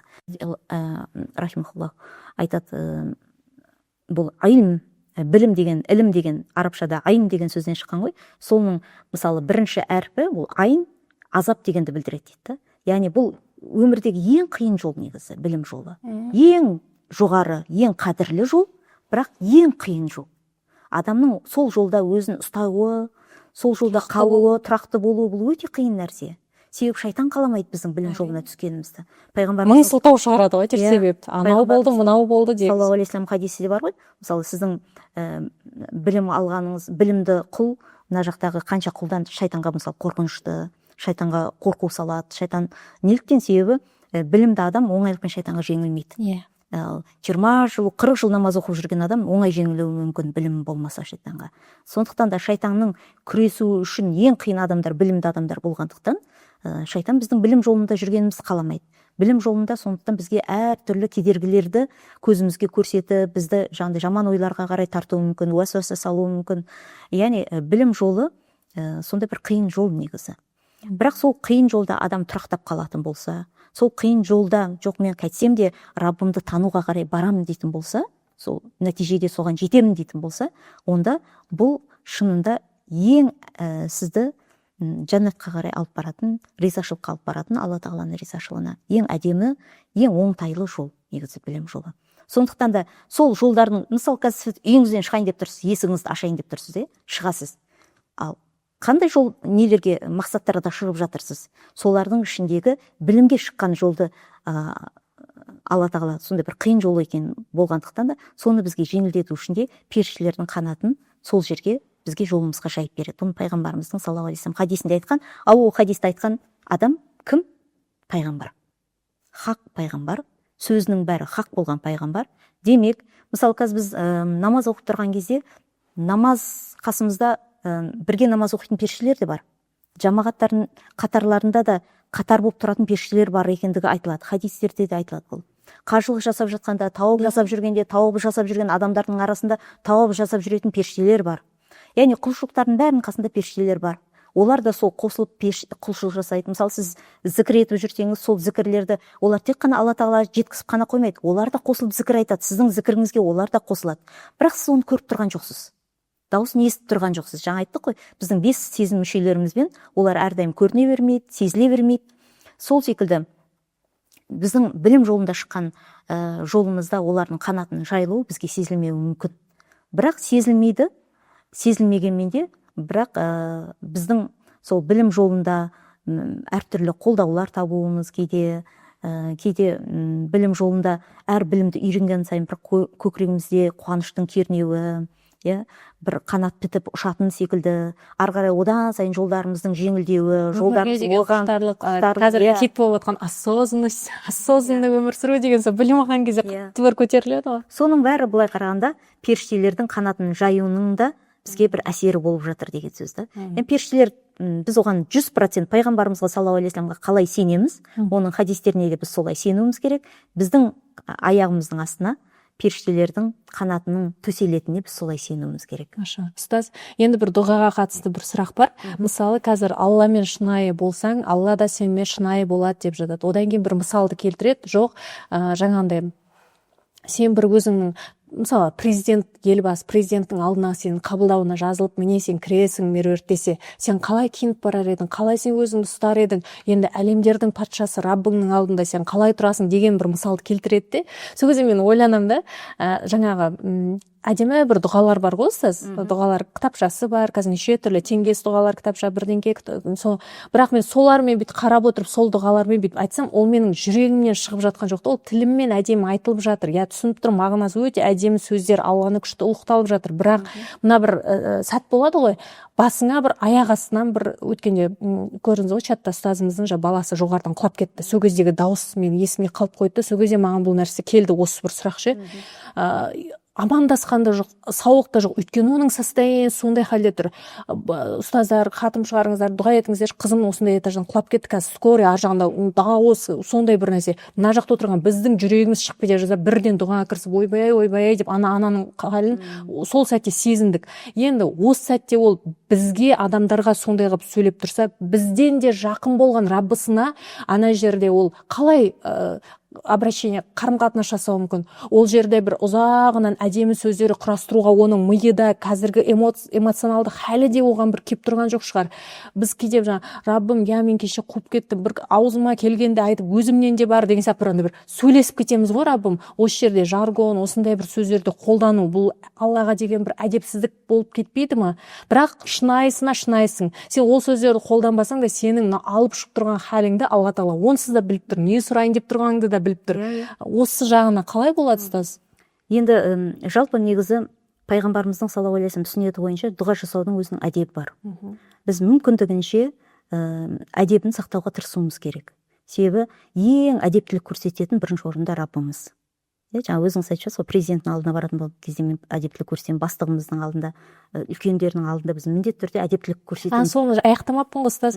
Сол кезде маған ой келді да, президент, бастық дегендер мүлдем маған қатысы жоқ, айдаладағы кісілер ғой деп ше. Мен просто олар айдаладағы дистанция ұстайтын. Сол үшін мен оның алдында бүйтіп сәлеметсіз бе, сау болыңыз деп ұстаймын. Раббым, ол менің Раббым ғой деймін да. Маған Раббымнан асқан жақын жоқ. Сол үшін мен оның алдында қалай бармын, солай сөйлеймін, қандай, тіпті мүсәпір халде, я президенттің алдында мен барымды біреуден сұрап прокат қалсам да әйтеуір бір күшті киініп баратын шығармын, оған өйткені маған талап қояды, сен мына түріңмен кіре алмайсың, оның алдында әдемі киініп кел деп. Ал мен Раббымның алдында керісінше, мен оның алдында хал дейді ғой, дұға деген хал, мүсәпір кетіп тана жаңбыр сұрайтын кезде мына киімдерін теріс қаратып киіп алып әдейі сондай халге түскен деп. Сонда мен ойлаймын да, бұл мысалы маған бір керісінше жүрегіме жатпады да, мені Раббыммен қарым-қатынасымды президентпен, бастықпен мындай салыстырмаңыздаршы деп. Мен онсыз да ол Раббыма деген құрметім әрине бар, бірақ оның алдында мен барынша шынайы болып еңкілдеп жатам ба, ұзақ жатам ба, бірақ бұлай сұрап отырам ба, былай отырам ба, бірақ ең басты күпір сөз шығып кетпесе, және анайы бір сондай жаман сөздер шығып кетпесе, бірақ ана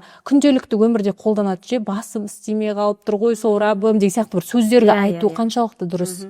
Негізі жаңа өзіңіздің айтып жатқан мәселеңіз, мысалы маған шынында Раббым бәрін біліп тұр ғой, ішімнен не өтіп жатқанын біліп тұр. Даже мен Алла тағала сіздерге жақын деп айтады ғой, мен хаблил варид, сіздердің күре тамырларыңыздан да жақын дегені, ғалымдар былай деп түсіндіреді. Алла тағаланың соншалықты жақындығы, сіздің дыбыстарыңыз шықпай тұрып не дыбыс шығатынын Раббымыз біледі. Тіпті біздің не сөз айтатынымызды өзіміз білмей тұрып, мысалы кейде ойыңызды бүйтіп құрастыра алмай тұрғанда да, қайсысын бірінші сұрайын деп бастайсыз. Сіз әлі ойлана алмай тұрғанда да Раббыңыз біледі дейді. Соншалықты жақын. Тіпті сонда бізге бізден жақын болып тұр ғой. Бізге, мысалы мен өзімнен Раббым менен де жақын болып тұр. Себебі мен өзімнің қазір қандай аузымнан сөз шығатынын білмей тұрмын. Тіпті сізге қазір жауап беретін кезде мен кейбір сөздерім мүмкін алдын ала жаттанды шығар, кейбір сөздерім моментально шығып жатқан болуы мүмкін да. Ол жерде мен қандай сөз шығатынын мен қазір біліп тұрған жоқпын, бірақ Раббым біліп тұр. Тіпті мен деп жатқан кезімде ол ары қарай адамгершілік па, жоқ адамдық па, қандай сөз шығады, оны Раббым біліп тұр. Мен тіпті өзім біліп тұрған жоқпын, ыңғайына қарай мүмкін сөйлеп жатырмын. Сондықтан Раббымыз бізді біліп тұр. Және пайғамбарымыздың саллаллаху алейхи вассалам хадисі бар ғой, Алла тағала сіздердің сырттарыңызға, суреттеріңізге, бейнелеріңізге, денелеріңізге қарамайды, ол сіздің жүректеріңізге қарайды деген. Сондықтан сіз қандай киім киіп алып Раббымыздың алдында дұға жасап жатырсыз? Сіз бренд киім киіп дұға жасап жатырсыз ба? Жоқ, үйіңіздегі қарапайым пижамамен отырып дұға жасап жатырсыз ба? Қарапайым киімдермен дұға жасап жатырсыз ба? Жоқ, қандай халде дұға жасап жатырсыз? Оның бәрін Раббымыз, ең бастысы сіздің Раббымызға деген жүзіңізді бұруыңыз, ол нәрседе Раббымыздан басқа ешкім көмектесе алмайтынын сезінуіңіз, өзіңіздің әлсіздігіңізді сезінуіңіз, Раббымыздың құдіретін сезінуіңіз. Ең басты шынайылық деген негіз осы. Дұғада да біз шынайы болуымыз керек дегеніміз, өзіміздің бас пайдамызды күйттемей, Раббымыз бізге не берсе де қайырлы, бұл сұрап жатқан нәрсемнің де ең қайырлысын Раббым біледі, бірақ кейде біз оны не сұрағымыз келгенде сөзімізбен дұрыс жеткізе алмасақ та, бірақ біздің не қалап тұрғанымызды Раббымыз білгендіктен, Раббымыз бізге дұғамызды тіпті біздің сөздерімізге қарамай да қабыл етуі мүмкін. Ал бірақ екінші бір жағы да бар бұның.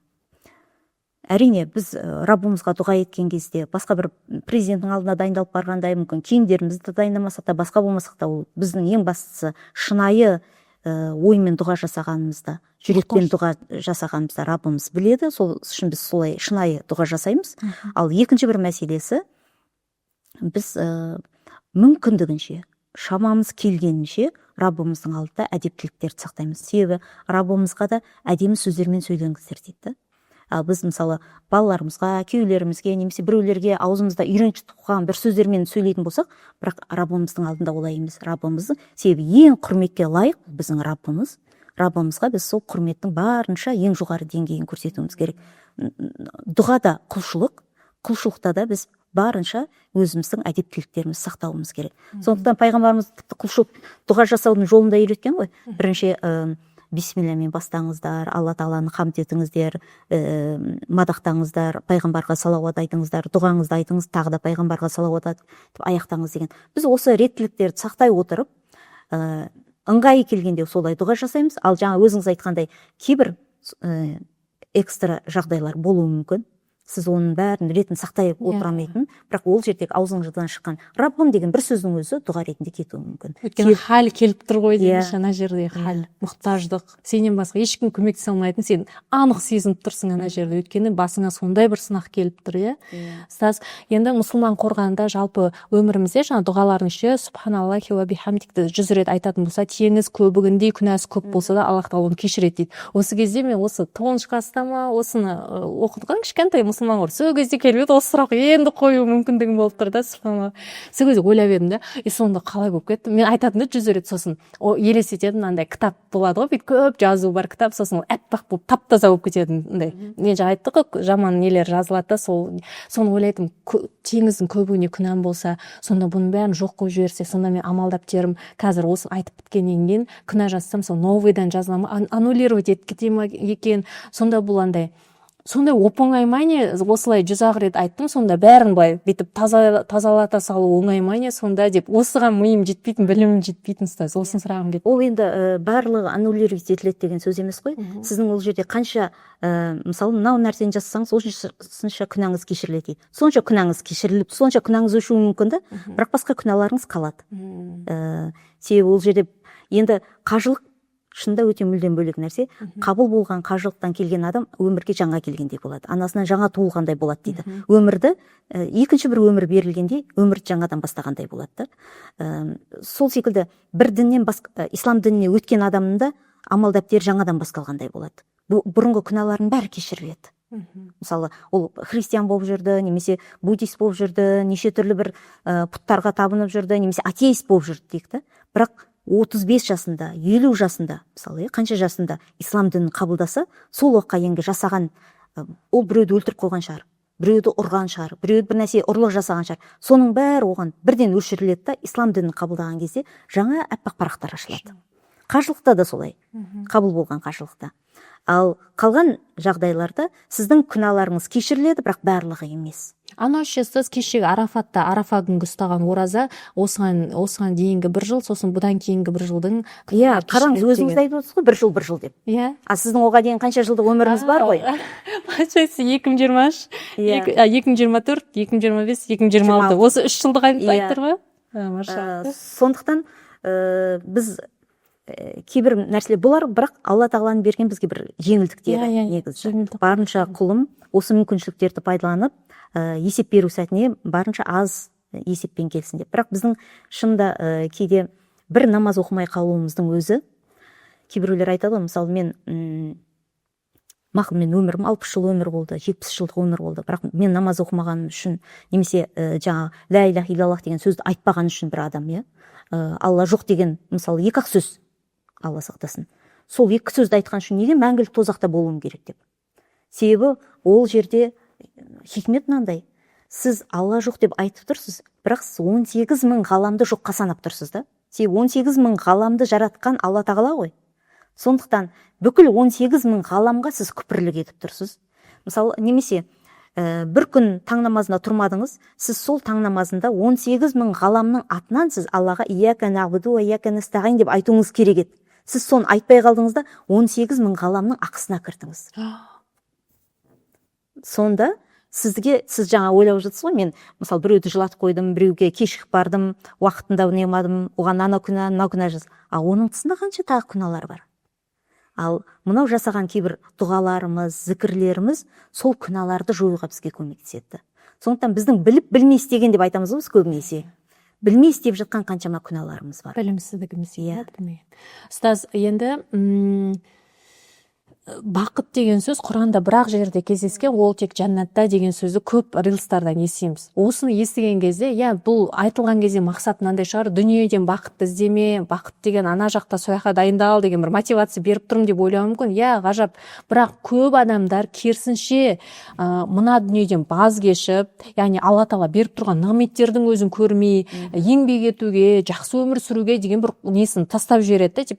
Жаңағы қай сахабаның әйелі жерік болдым клубника сұрап еді деген сияқты бір қатты кететіндер болады бір жаңағындай. Клубника жегім келіп тұр, жерік болып тұрмын десең, қой тамыштың ішіне тас байлап жүрген деген бір сондай білімсіздікке. Сол осы жерде, яғни бұл дүниеде бақыт жоқ, болды енді бұл дүние тек бақытсыз үшін ажалымды күтіп жатам бақытсыз болып деген бір нәрсеге әкеп, сондай бір адамдарды көп естіп жүрмін да.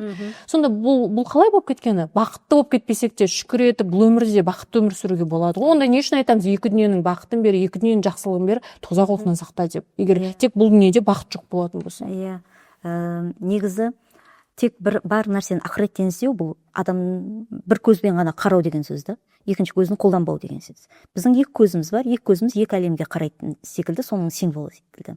Яғни біз бұл өмірде дұрыс өмір сүруіміз керек, ақыретті де қалауымыз керек негізі, жақсы өмірді. Егер ол бақыт деген нәрсе бұл өмірде маңызды болмайтын болса, пайғамбарымыздың саллаллаху алейхи вассалам өмір сүрген ғасырын асру саадат деп айтпайтын еді да, бақыт ғасыры деп. Сахабалардың өзі айтты, біз өте бақыттымыз деп айтты. Бақытты олар бұл өмірден де іздеді, бұл өмірде де өздерінің бақытты екендерін сезіне алды. Тіпті біз әр намазымызда айтатын бұл дүниеде де ақыретте де бізге жақсылық бер деген дұғамыздың өзі ішінде бұл дүниеде бар, оның ішінде.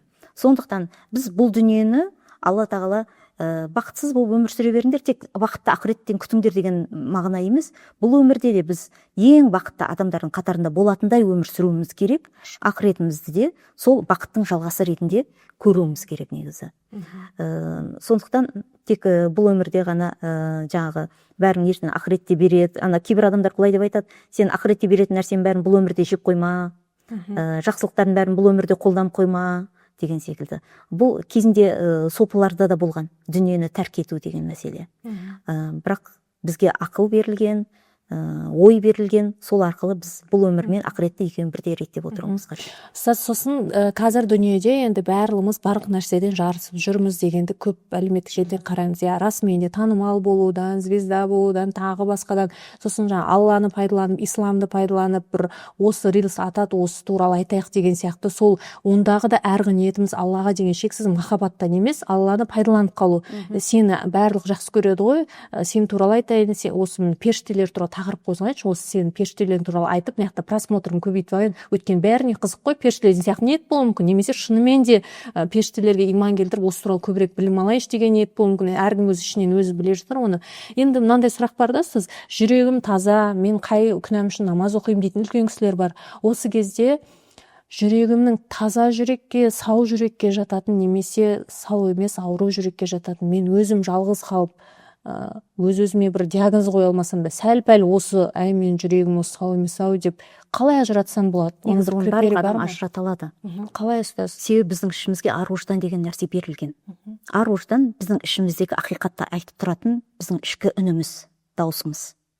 Негізі Алла тағала, мысалы, ертең о дүниеге барған кезде адамдар еш уақытта мен ақиқатты таба алмадым, ақиқатты таба алатын маған жол берілді деп айта алмайды. Себебі қазіргі кезеңде тіпті айта алмайды. Бүкілі тұр ғой десе, самсап алдым да. Себебі пайғамбарымыз саллаллаху алейхи вассалам өмірге келді, пайғамбарымыздың келгені барлық жерлерде айтылды, хадистер бар, Құран бар, жіберілді адамдарға. Демек ондай бір сылтау айта алмайды ешкім. Ал енді анау бір джунглидің ішінде қалып кеткен, айналамен ешқандай байланыс құра алмаған бір адамдар болса да, Ибрахим пайғамбардың несі беріледі бізге, мысалы, айға қарады, күнге қарады, мен құдайым осы шығар деді. Демек адамға ақыл берілген. Ақылмен қосып, жоқ, мен ақылым өте төмен болды, мен ақылымды қолдана алмадым, ақылым оған жетпеді деген адамдардың өзіне ең соңында ар-ождан берілген. Ар-ождан ол кез келген адамның ішінде бар дауыс. Бұл айтады ғой, адамдар ішіндегі ожданы жібермеді, ожданы осылай деді деген, біз талай романдарда кейіпкерлердің өмірінде ар жібермеді деген. Сол ар-ождан негізі ішімізде бар. Сондықтан жаңа мен жүрегім таза ма, таза емес па деген адамдар, ол міндетті түрде бір тәуіптің алдына барып, пал аштырып, немесе бір ұстаздан сұрау қажет емес. Ол ішіне шығам, ал үңіліп қарайтын болса, ішінде дауысты айтады негізі. Оның дұрыс емес бағытта. Ал кейбіреулер соны естиді, бірақ соның өзінде нәпсілері соншалықты жоғарылап кеткен, нәпсісіне иілетті, ана дауысты өздерін ақтау үшін баста береді. Қалай басады? Жаңағыда айтқандай, мен ешкімге жамандық жасап жатқан жоқпын ғой. Менің жүрегім таза. Бұлардың бәрі сол ар-ожданның үнін басу деген сөз. Соның үнін жабу деген сөз. Бірақ егер сол кісілер біліммен қарайтын болса, жаңа айтқанымыздай, бір намаздың өзі қанша нәрсенің ақысына кіріп жатыр. Сонда сіздің біреуге күнә жасамадым, біреуге өтірік айтпадым, біреуінің мысалы ұрмадым, соқпадым деу емес, мына жақта сіздің бәрі күнә сізге артылып жатыр. Тіпті Алланың ақысы деген нәрсе бар. Біз бірінші орында Алланың ақысын қарауымыз керек. Алла бізге сонша өмір берген. Кейде мен жас қыздарға айтамын да, кейбір жас қыздар мысалы иә өзіміз де жас болдық кезінде. Айнаға қарайды да, ой, мен түрім қандай әдемі, сұлумын деуі мүмкін айнаға қарап та. Өзінің мұрнына сүйсінуі мүмкін, көзіне, қасына сүйсінуі мүмкін, жүз әлпетіне сүйсінуі мүмкін, фигурасына сүйсінуі мүмкін, мен сондай сұлумын. Бірақ сол сұлулықты беріп тұрған кім? Раббымыз ғой, Алла тағала. Сол сұлулыққа өзі сүйсінеді да, бірақ сол сұлулықты берген Раббымызды танымайды, мойындамайды, мойындағысы келмейді. Сол жаңа менің жүрегім таза деп жатқан адамдарда өзіне келіп жатқан бүкіл жақсылықты Раббымыздан екенін егер білім арқылы көретін болса, тіпті олар сәждеден де басын көтере алмайтындай деңгейге келетін еді негізі адам. Ұстаз, енді ақыретке дейін біз қабірде жатқан кезде осы дүниеде өткеннен кейін артынан сауап барып тұратын амалдар білеміз. Енді ол жағын көбірек ізденеміз, ойбай кеткесімде білім, ағаш егіп кетейін тағы бірдеңе деп. Бірақ ақыретке дейін тоқтамайтын күнәлар ше, ұстаз. Біз кеткеннен кейін де біздің артымыздан күнә болып жазылып тұратын амалдар. Егер қандай? Иә, ол да пайғамбарымыздың саллаллаху алейхи вассалам хадистерінде де айтылған. Егер сіз бір жамандыққа жол ашып кетіп, сіздің жолыңыздан сол жамандықты арғы адамдар жалғастырып кететін болса, сол жолда жүрген, сол жамандықты жалғастырған адамдардың бәріне сіз себепкер болған боласыз да, олардың күнәсі де сізге жазыла береді, бұл өмірде де, сіз әлі қайтыс болмасаңыз да. Және сіз өмірден өтіп кетсеңіз де сол жол жалғасатын болса, сол нәрсе сізге қайтадан сізге күнәсі жазыла береді. Осы тұста ұстаз, имамдардың хиджабтағы әйелдерге неге екен қызық, хиджабта емес қыздарға да бұл қатысты негізі, бірақ көбіне осы хиджабта біздерге айтып жатады да, бұл мен бір нәпсім көтере айтып тұрған жоқ, просто мен қорыққанымнан сұрап тұрмын бұл нәрсені. Біз мына инстаграмда суреттеріміз жүктеп сол жерде тұр ғой, мынау даже подкастта ертең ютубқа шықса, бұл мен өліп кетсем тұра береді бұл нәрсе, біреуге өшірмесе. Сонда артымыздан күнә болып сол түрімізді, бұл жерде айтылып жатқан әңгіме дүние ғой, әйтеуір Құдай сақтасын, жаман нәрсе айтылып жатқан жоқ қой.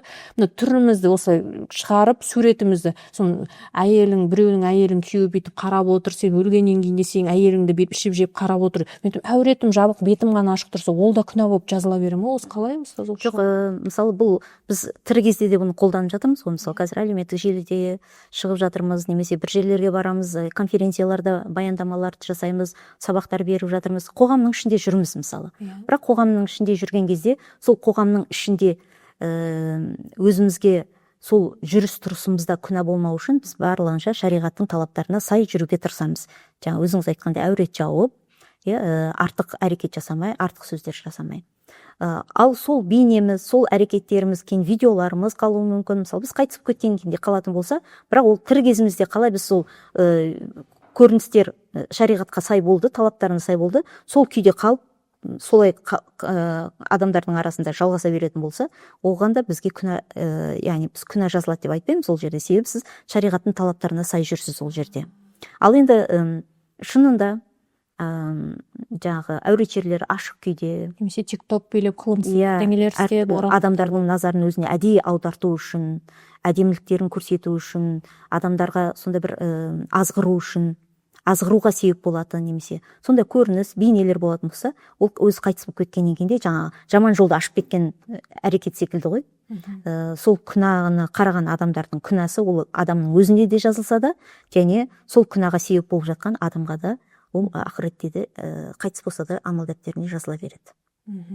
Ұстаз, соңғы сұрақ, білім қазір жағдай жасалған, өзіңіз айтпақшы, біз осы заманда бүкіл нәрсе самсап тұр, енді алдымызда міне ютубта ма періштелер туралы білген кезде тек қана поискке жаза сал, немесе мүфтияттың сайты тұр, сол жерден біле бер. Тіпті жоқ, оның өзі аз маған десең, міне ұстаздар отыр, артынан қалмай, немесе Нұрбараққа тапсырып, жоқ, мен осыны білгім келеді десең, бүкіл жағдай жасалған білім алуға.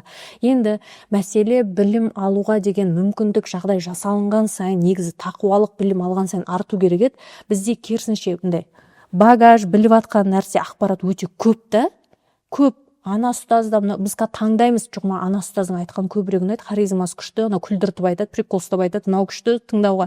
Мен түгеншенің сирасын тыңдап жүремін, қазір мен мына кісінің сирасын тыңдайтын болдым деп таңдайтын деңгейге жетті, шүкір Аллаға. Бірақ қоғамдағы әдеп, мұсылман әйелдердің, жалпы мұсылмандардың бір-біріне деген қарым-қатынасы, мәдениеттілік тұрғысы, тақуалық, ол жағы кішкене ақсап бара жатады кейбір тұстарда. Осы кездегі себеп бұл неде, ұстаз? Неге біз жаңадан намаз бастаған кезде осы алып ұшып, намазды күтіп, заране дәрет алып күтіп отырып, оған дейін зікір тартып, қазір ойбай намаз кіріпті ғой, қазір шығып кетпей оқып алайын деп. Неге біліміміз артқан сайын керісінше имандылық, тақуалық жаймендеп түсіп жатыр? Бастапқы кезде күшті еді ғой, не болды бұл жерде? Себебі білім денеді шынайылық қажет. Бізде қазіргі қоғамда білім алып жатқан адамдардың арасында шынайылық өте төмен, ықылас жоқ. Ықылас өте төмен деп айтуға болады, немесе дұрыс емес бағытта деп айтуға болады.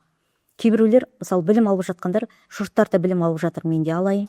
Біреулер не болуы мүмкін, білімді қандай мақсатта алуы мүмкін, дүниелік, атақ, абырой, даңқ үшін білім алуы мүмкін.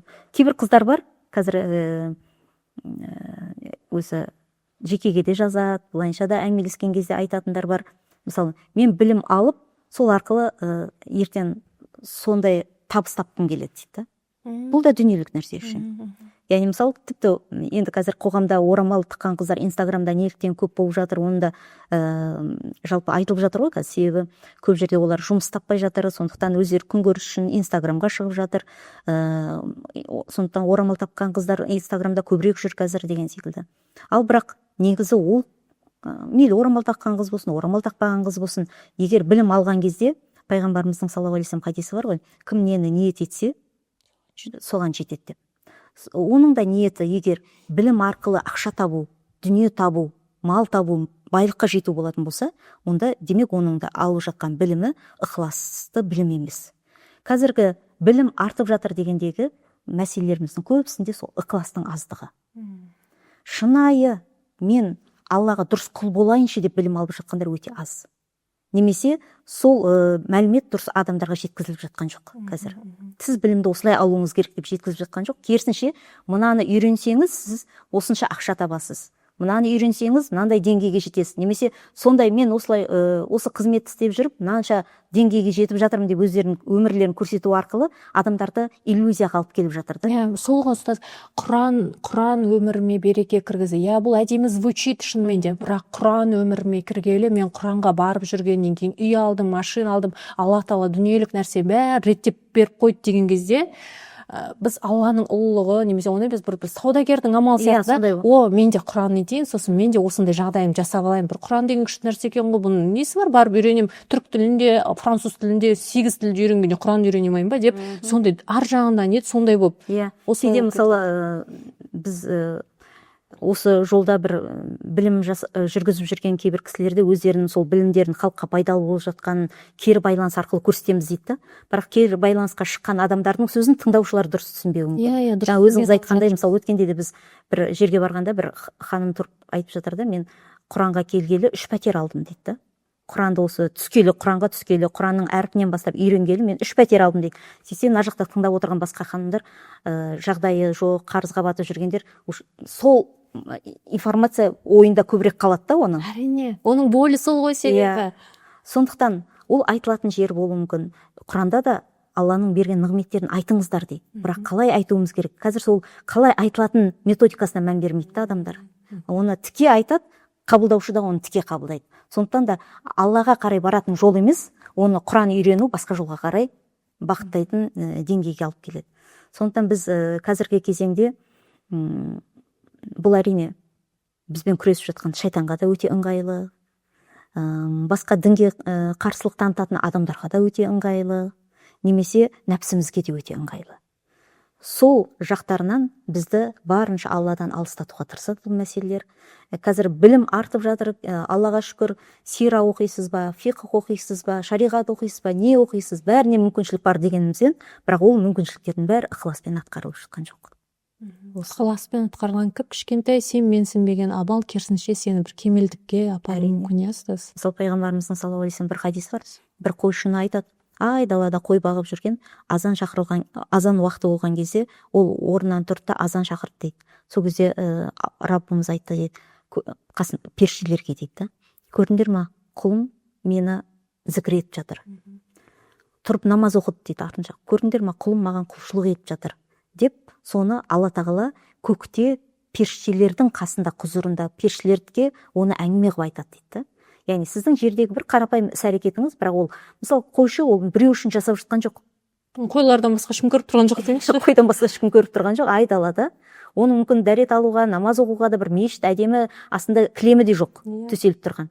Бірақ ол бір ықыласпен, мен намаздың уақыты келді, азанымды айтайын, қаматымды айтайын, намазымды оқиын деді. Бірақ Раббымыз оны деңгейін жоғарыда қалай көтерді. Ал қазіргі кезеңде енді біз сондай бір қойшы деңгейіне түсіңіздер деген әңгіме емес бұл. Бірақ біз білуіміз керек. Біздің әрбір кішкентай бір қарапайым әрекетіміз, бірақ ол Алла деген әрекет болатын болса, Алла үшін болса, ол әрекет сізді әрдайым жаңағы бақытқа алып келеді негізі. Періштелердің арасында сіздің атыңыз айтылатын, Раббымыздың сөздерінің арасында сіздің атыңыз айтылатын, қараңдар мына құлыма деп мақтан тұтатын сондай бір деңгейге келеді. Мысалы Раббымыз сол жерде ана президентке қараңдар, ана министрге қараңдар деп айтып тұрған жоқ. Мені зікір еткен, маған құлшылық еткен деп айтып тұр.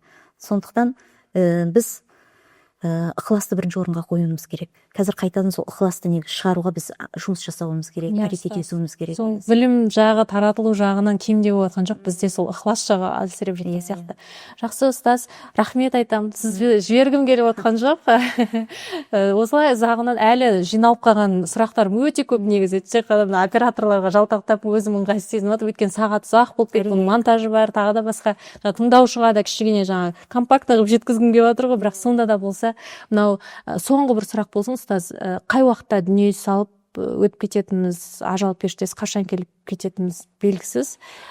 Үнемі өлім ол бір үнсіз сондай керемет уағыз ғой, өлімді ойлап жүру. Бірақ осы сәтте бір әрқашан міне деп тастап кете қоятын бір деңгейде жүру үшін және Алланың алдында, өлім періштесінің алдында бір сондай бір төмен дәрежеде болмауымыз үшін бір лайфхак деуге келмейтін шығар, бір амал ма, дұға ма, бір нәрсе айтасыз ба ұстаз? Үнемі міне бүгін мен кететін күнім бүгін болса, мен бүгін осыны ойбай бүгін кетпедім ғой, ертең шығар деген сияқты бір нәрсе жасап жүрді. Үнемі дәретпен жүрейік пе, әлде бір дұғасы бар ма? Осы жағынан бір кеңес. Негізі енді бұл жерде бір лайфхак деп айтатын болсақ, бір ауыз сөзбен айтатын болсақ, пайғамбарымыздың саллаллаху алейхи вассалам сүннеті деп айтуға болады. Егер адам пайғамбарымыздың саллаллаху алейхи вассалам сүннетімен жүретін болса, сүннетті ұстанатын болса, ол қай уақытта болса да ажалға дайын болады. Ажал сәті келгенде де ол сол әдемі түрде жанын тәсілім ететін болады. Себебі пайғамбарымыздың саллаллаху алейхи вассалам сүннеті дегеніміз ең дұрыс өмір негізі. Бұл сүннеттің ішіне жаңа сіз өзіңіз айтқан дұға да кіреді, өзіңіз айтқан дәрет алып жүру де кіреді. Пайғамбарымыз да әрдайым дәретпен жүрген. Мысалы сіз сүннет деп дәрет алып үйіңізден шығып бара жатқанда дәретпен жүретін болсаңыз, дәретіңіз бар, дәретіңіздің үстіне тағы дәрет алып жүрейін деп дәрет алсаңыз, қай уақытта қайтыс болсаңыз да дәретпен кеткен боласыз да. Дұғаңыз, жаңа айтқандай, дұғаңызда Аллахым бұл өмірде жақсы өмір сүру, ақыретке жақсы өмір нәсіп етсеңіз, итак сіз кәлима шахадатты айтып қайтыс болатын мүмкіншілікті Алла тағала сізге жасап қояды негізі. Пайғамбарымыздың саллаллаху алейхи вассалам сүннеті бүкіл біздің жалпы адамзаттың гуманный өмір дейміз ғой, сондай бір өмірді бізге өмір сүргіздіреді. Сондықтан егер бір ауыз сөзбен айтатын болсақ, біз сүннетке берік болуымыз керек. Сүннет десеңіз, ол пайғамбарымыздың шапанынан ұстаған боласыз. Пайғамбарымыздың саллаллаху алейхи вассалам қолынан ұстаған боласыз. Пайғамбарымыз қай жолға жүрді, қай жерге дейін барды, сіз де сол жерге дейін барған боласыз да. Сондықтан біз қандай адам болсақ та, мейлі профессор болайық, мейлі көп балалы ана болайық, немесе тұрмыс құрмаған қыз болайық, қандай жағдай болсақ та, пайғамбарымыздың саллаллаху алейхи вассалам сүннетімен жүретін болсақ, ең дұрыс өмір сүрген боламыз негізі. Мысалы бір енді намаз мәселесінде пайғамбарымыз саллаллаху алейхи вассалам мысалы намазды қалай оқыды, бұны сүннеттен көреміз біз. Бір күні бір кісі, мен де соңғы бір хикая ретінде айтайын, бір кісі намазға келеді, ақыл есі шамалы кемістеу адам екен да, бірақ жаңа жамағаттан намаздан қалмайды екен. Сөйтіп намазға келеді, қарасы жамағаттың бәрі алдында намаз, жамағат тұр, ол да тұрады да намаз оқиды, бірақ бір кез шығып кетеді. Сөйтіп шығып кетеді да сырттан даладан бірнеше шыбықты жинап алып келіп арқасына бүйтіп байлап қояды да, сөйтіп тұрып намаз оқиды. Сосын жамағат намазы бітірген кезде жаңа имам қарайды да, ана енді ақыл есі кемістеу ғой, соны имам қасына келеді да, кішкене бүйтіп әзілдегендей қылып, ананың көңілін аулағандай қылып айтады, сен неге мынау шыбықтарды артыңа арқалап алып келіп намаз оқып тұрсың дейді, шыбықтарыңды қойсаң болмайды ма еді дейді. Сөйтсе ана кісі айтады, жоқ мен жаңа бүйтіп жамағатқа қарап тұрсам, қарасам бәрі бір нәрсені арқалап алыпты, сосын мен ойладым, намаз оқығанда бір нәрсені арқалап тұру керек екен деп ойладым да, сыртқа шығып жаңа ағаштарды жинап келіп арқама байлап сөйтіп намаз оқыдым дейді. Не байлап алған, арқалап алған, барлығы өздері тұр ғой десе. Жоқ, мен қазір жамағатқа қарағанда қарасам біреу сиырын арқалап алыпты, біреу әйелін арқалап алыпты, біреу жаңа үйіндегі бір мүлкін арқалап алыпты дейді. Ақыл есі кеміс болғанмен де Алла тағала жүрек көзін ашып қойған да. Сонда жаңағы имам сұрайды дейді, мен не арқылы бағым? Сіз бір сиырыңызды арқалап алыпсыз. Сөйтсе тура жаңа намазға шығардың алдында сиыры ауырып қалған екен да. Намазда тұрғанда сол сиырын ойлаған ғой. Сол біз көбінде жаңа намазда тұрғанда да сондай бір әр нәрсені бір ойлап, дүниелік нәрселерімізді күйттеп, намазымыздың ішінде де сол күйттеуімізді қоймаймыз ғой. Бірақ біз бір намаздан екінші намазға дейінгі аралықта бүкіл сол аралықта жасаған күнәлар кешіріледі дейді. Сол үшін біз 5 уақыт намазымызды оқитын болсақ, сол күннің ішінде сіз қайтыс болсаңыз да бәрібір алла тағаланың алдына намаз оқыған құл ретінде, күнәлары кешірілген құл ретінде барасыз да. Бірақ сол намазымызды сүннетке сай оқуымыз керек. Сүннетке сай намаз оқысаңыз, сізді құтқаратын намаз болады, құтқаратын дұға болады, құтқаратын дәрет болады. Сүннетке сай амалдардың бәрі сізге ең дұрыс амалдарды көрсетіп береді негізі. Яғни ұйқыдан оянғаннан бастап, Пайғамбар ұйқыдан оянғанда қалай оянды, не айтты, оң жағымен сол ұйықтап дұғасына дейін. Айнаға қарағанда, мысалы шашын тарап жатқанда, киімін түзеп жатқанда, айнаға қарағанда да алла тағала дұға етуі, үйінен шығып бара жатқанда дұға етуі, кіріп келе жатқанда дұға етуі, адамдарға сөйлегенде де мысалы оң жағынан бастап беруі, Айша анамыздың жеген жерінен өзінің алып тістеуі, бұның бәрі бізге өмірімізді сондай жеңілдетіп қоятын нәрселер да. Сіз бір жеңіл өмірді қалайсыз ба? Пайғамбарымыздың сүннеті бойынша жүріңіз. Әйеліңізбен қарым-қатынасыңызда реттеледі, күйеуіңізбен қарым-қатынаста реттеледі. Өзіңіздің де мінез құлқыңызды реттеуге, жұмыстарыңызды реттеуге, көңіліңіздің, жүрегіңіздің тыныш болуына, Раббымызға қалай жақындаймын дейсіз ба? Осының бәрін сізге реттеп береді негізі сүннет. Сондықтан біз сүннетті бірінші бір ұстаным ретінде ұстауымыз керек. Рахмет, ұстаз. Алла разы болсын. Уақыт бөлгеніңізге үлкен алғысымды білдіремін. Ал мен сіздермен келесі кездескенше қоштасамын. Ассаламу алейкум ва рахматуллахи ва баракатух.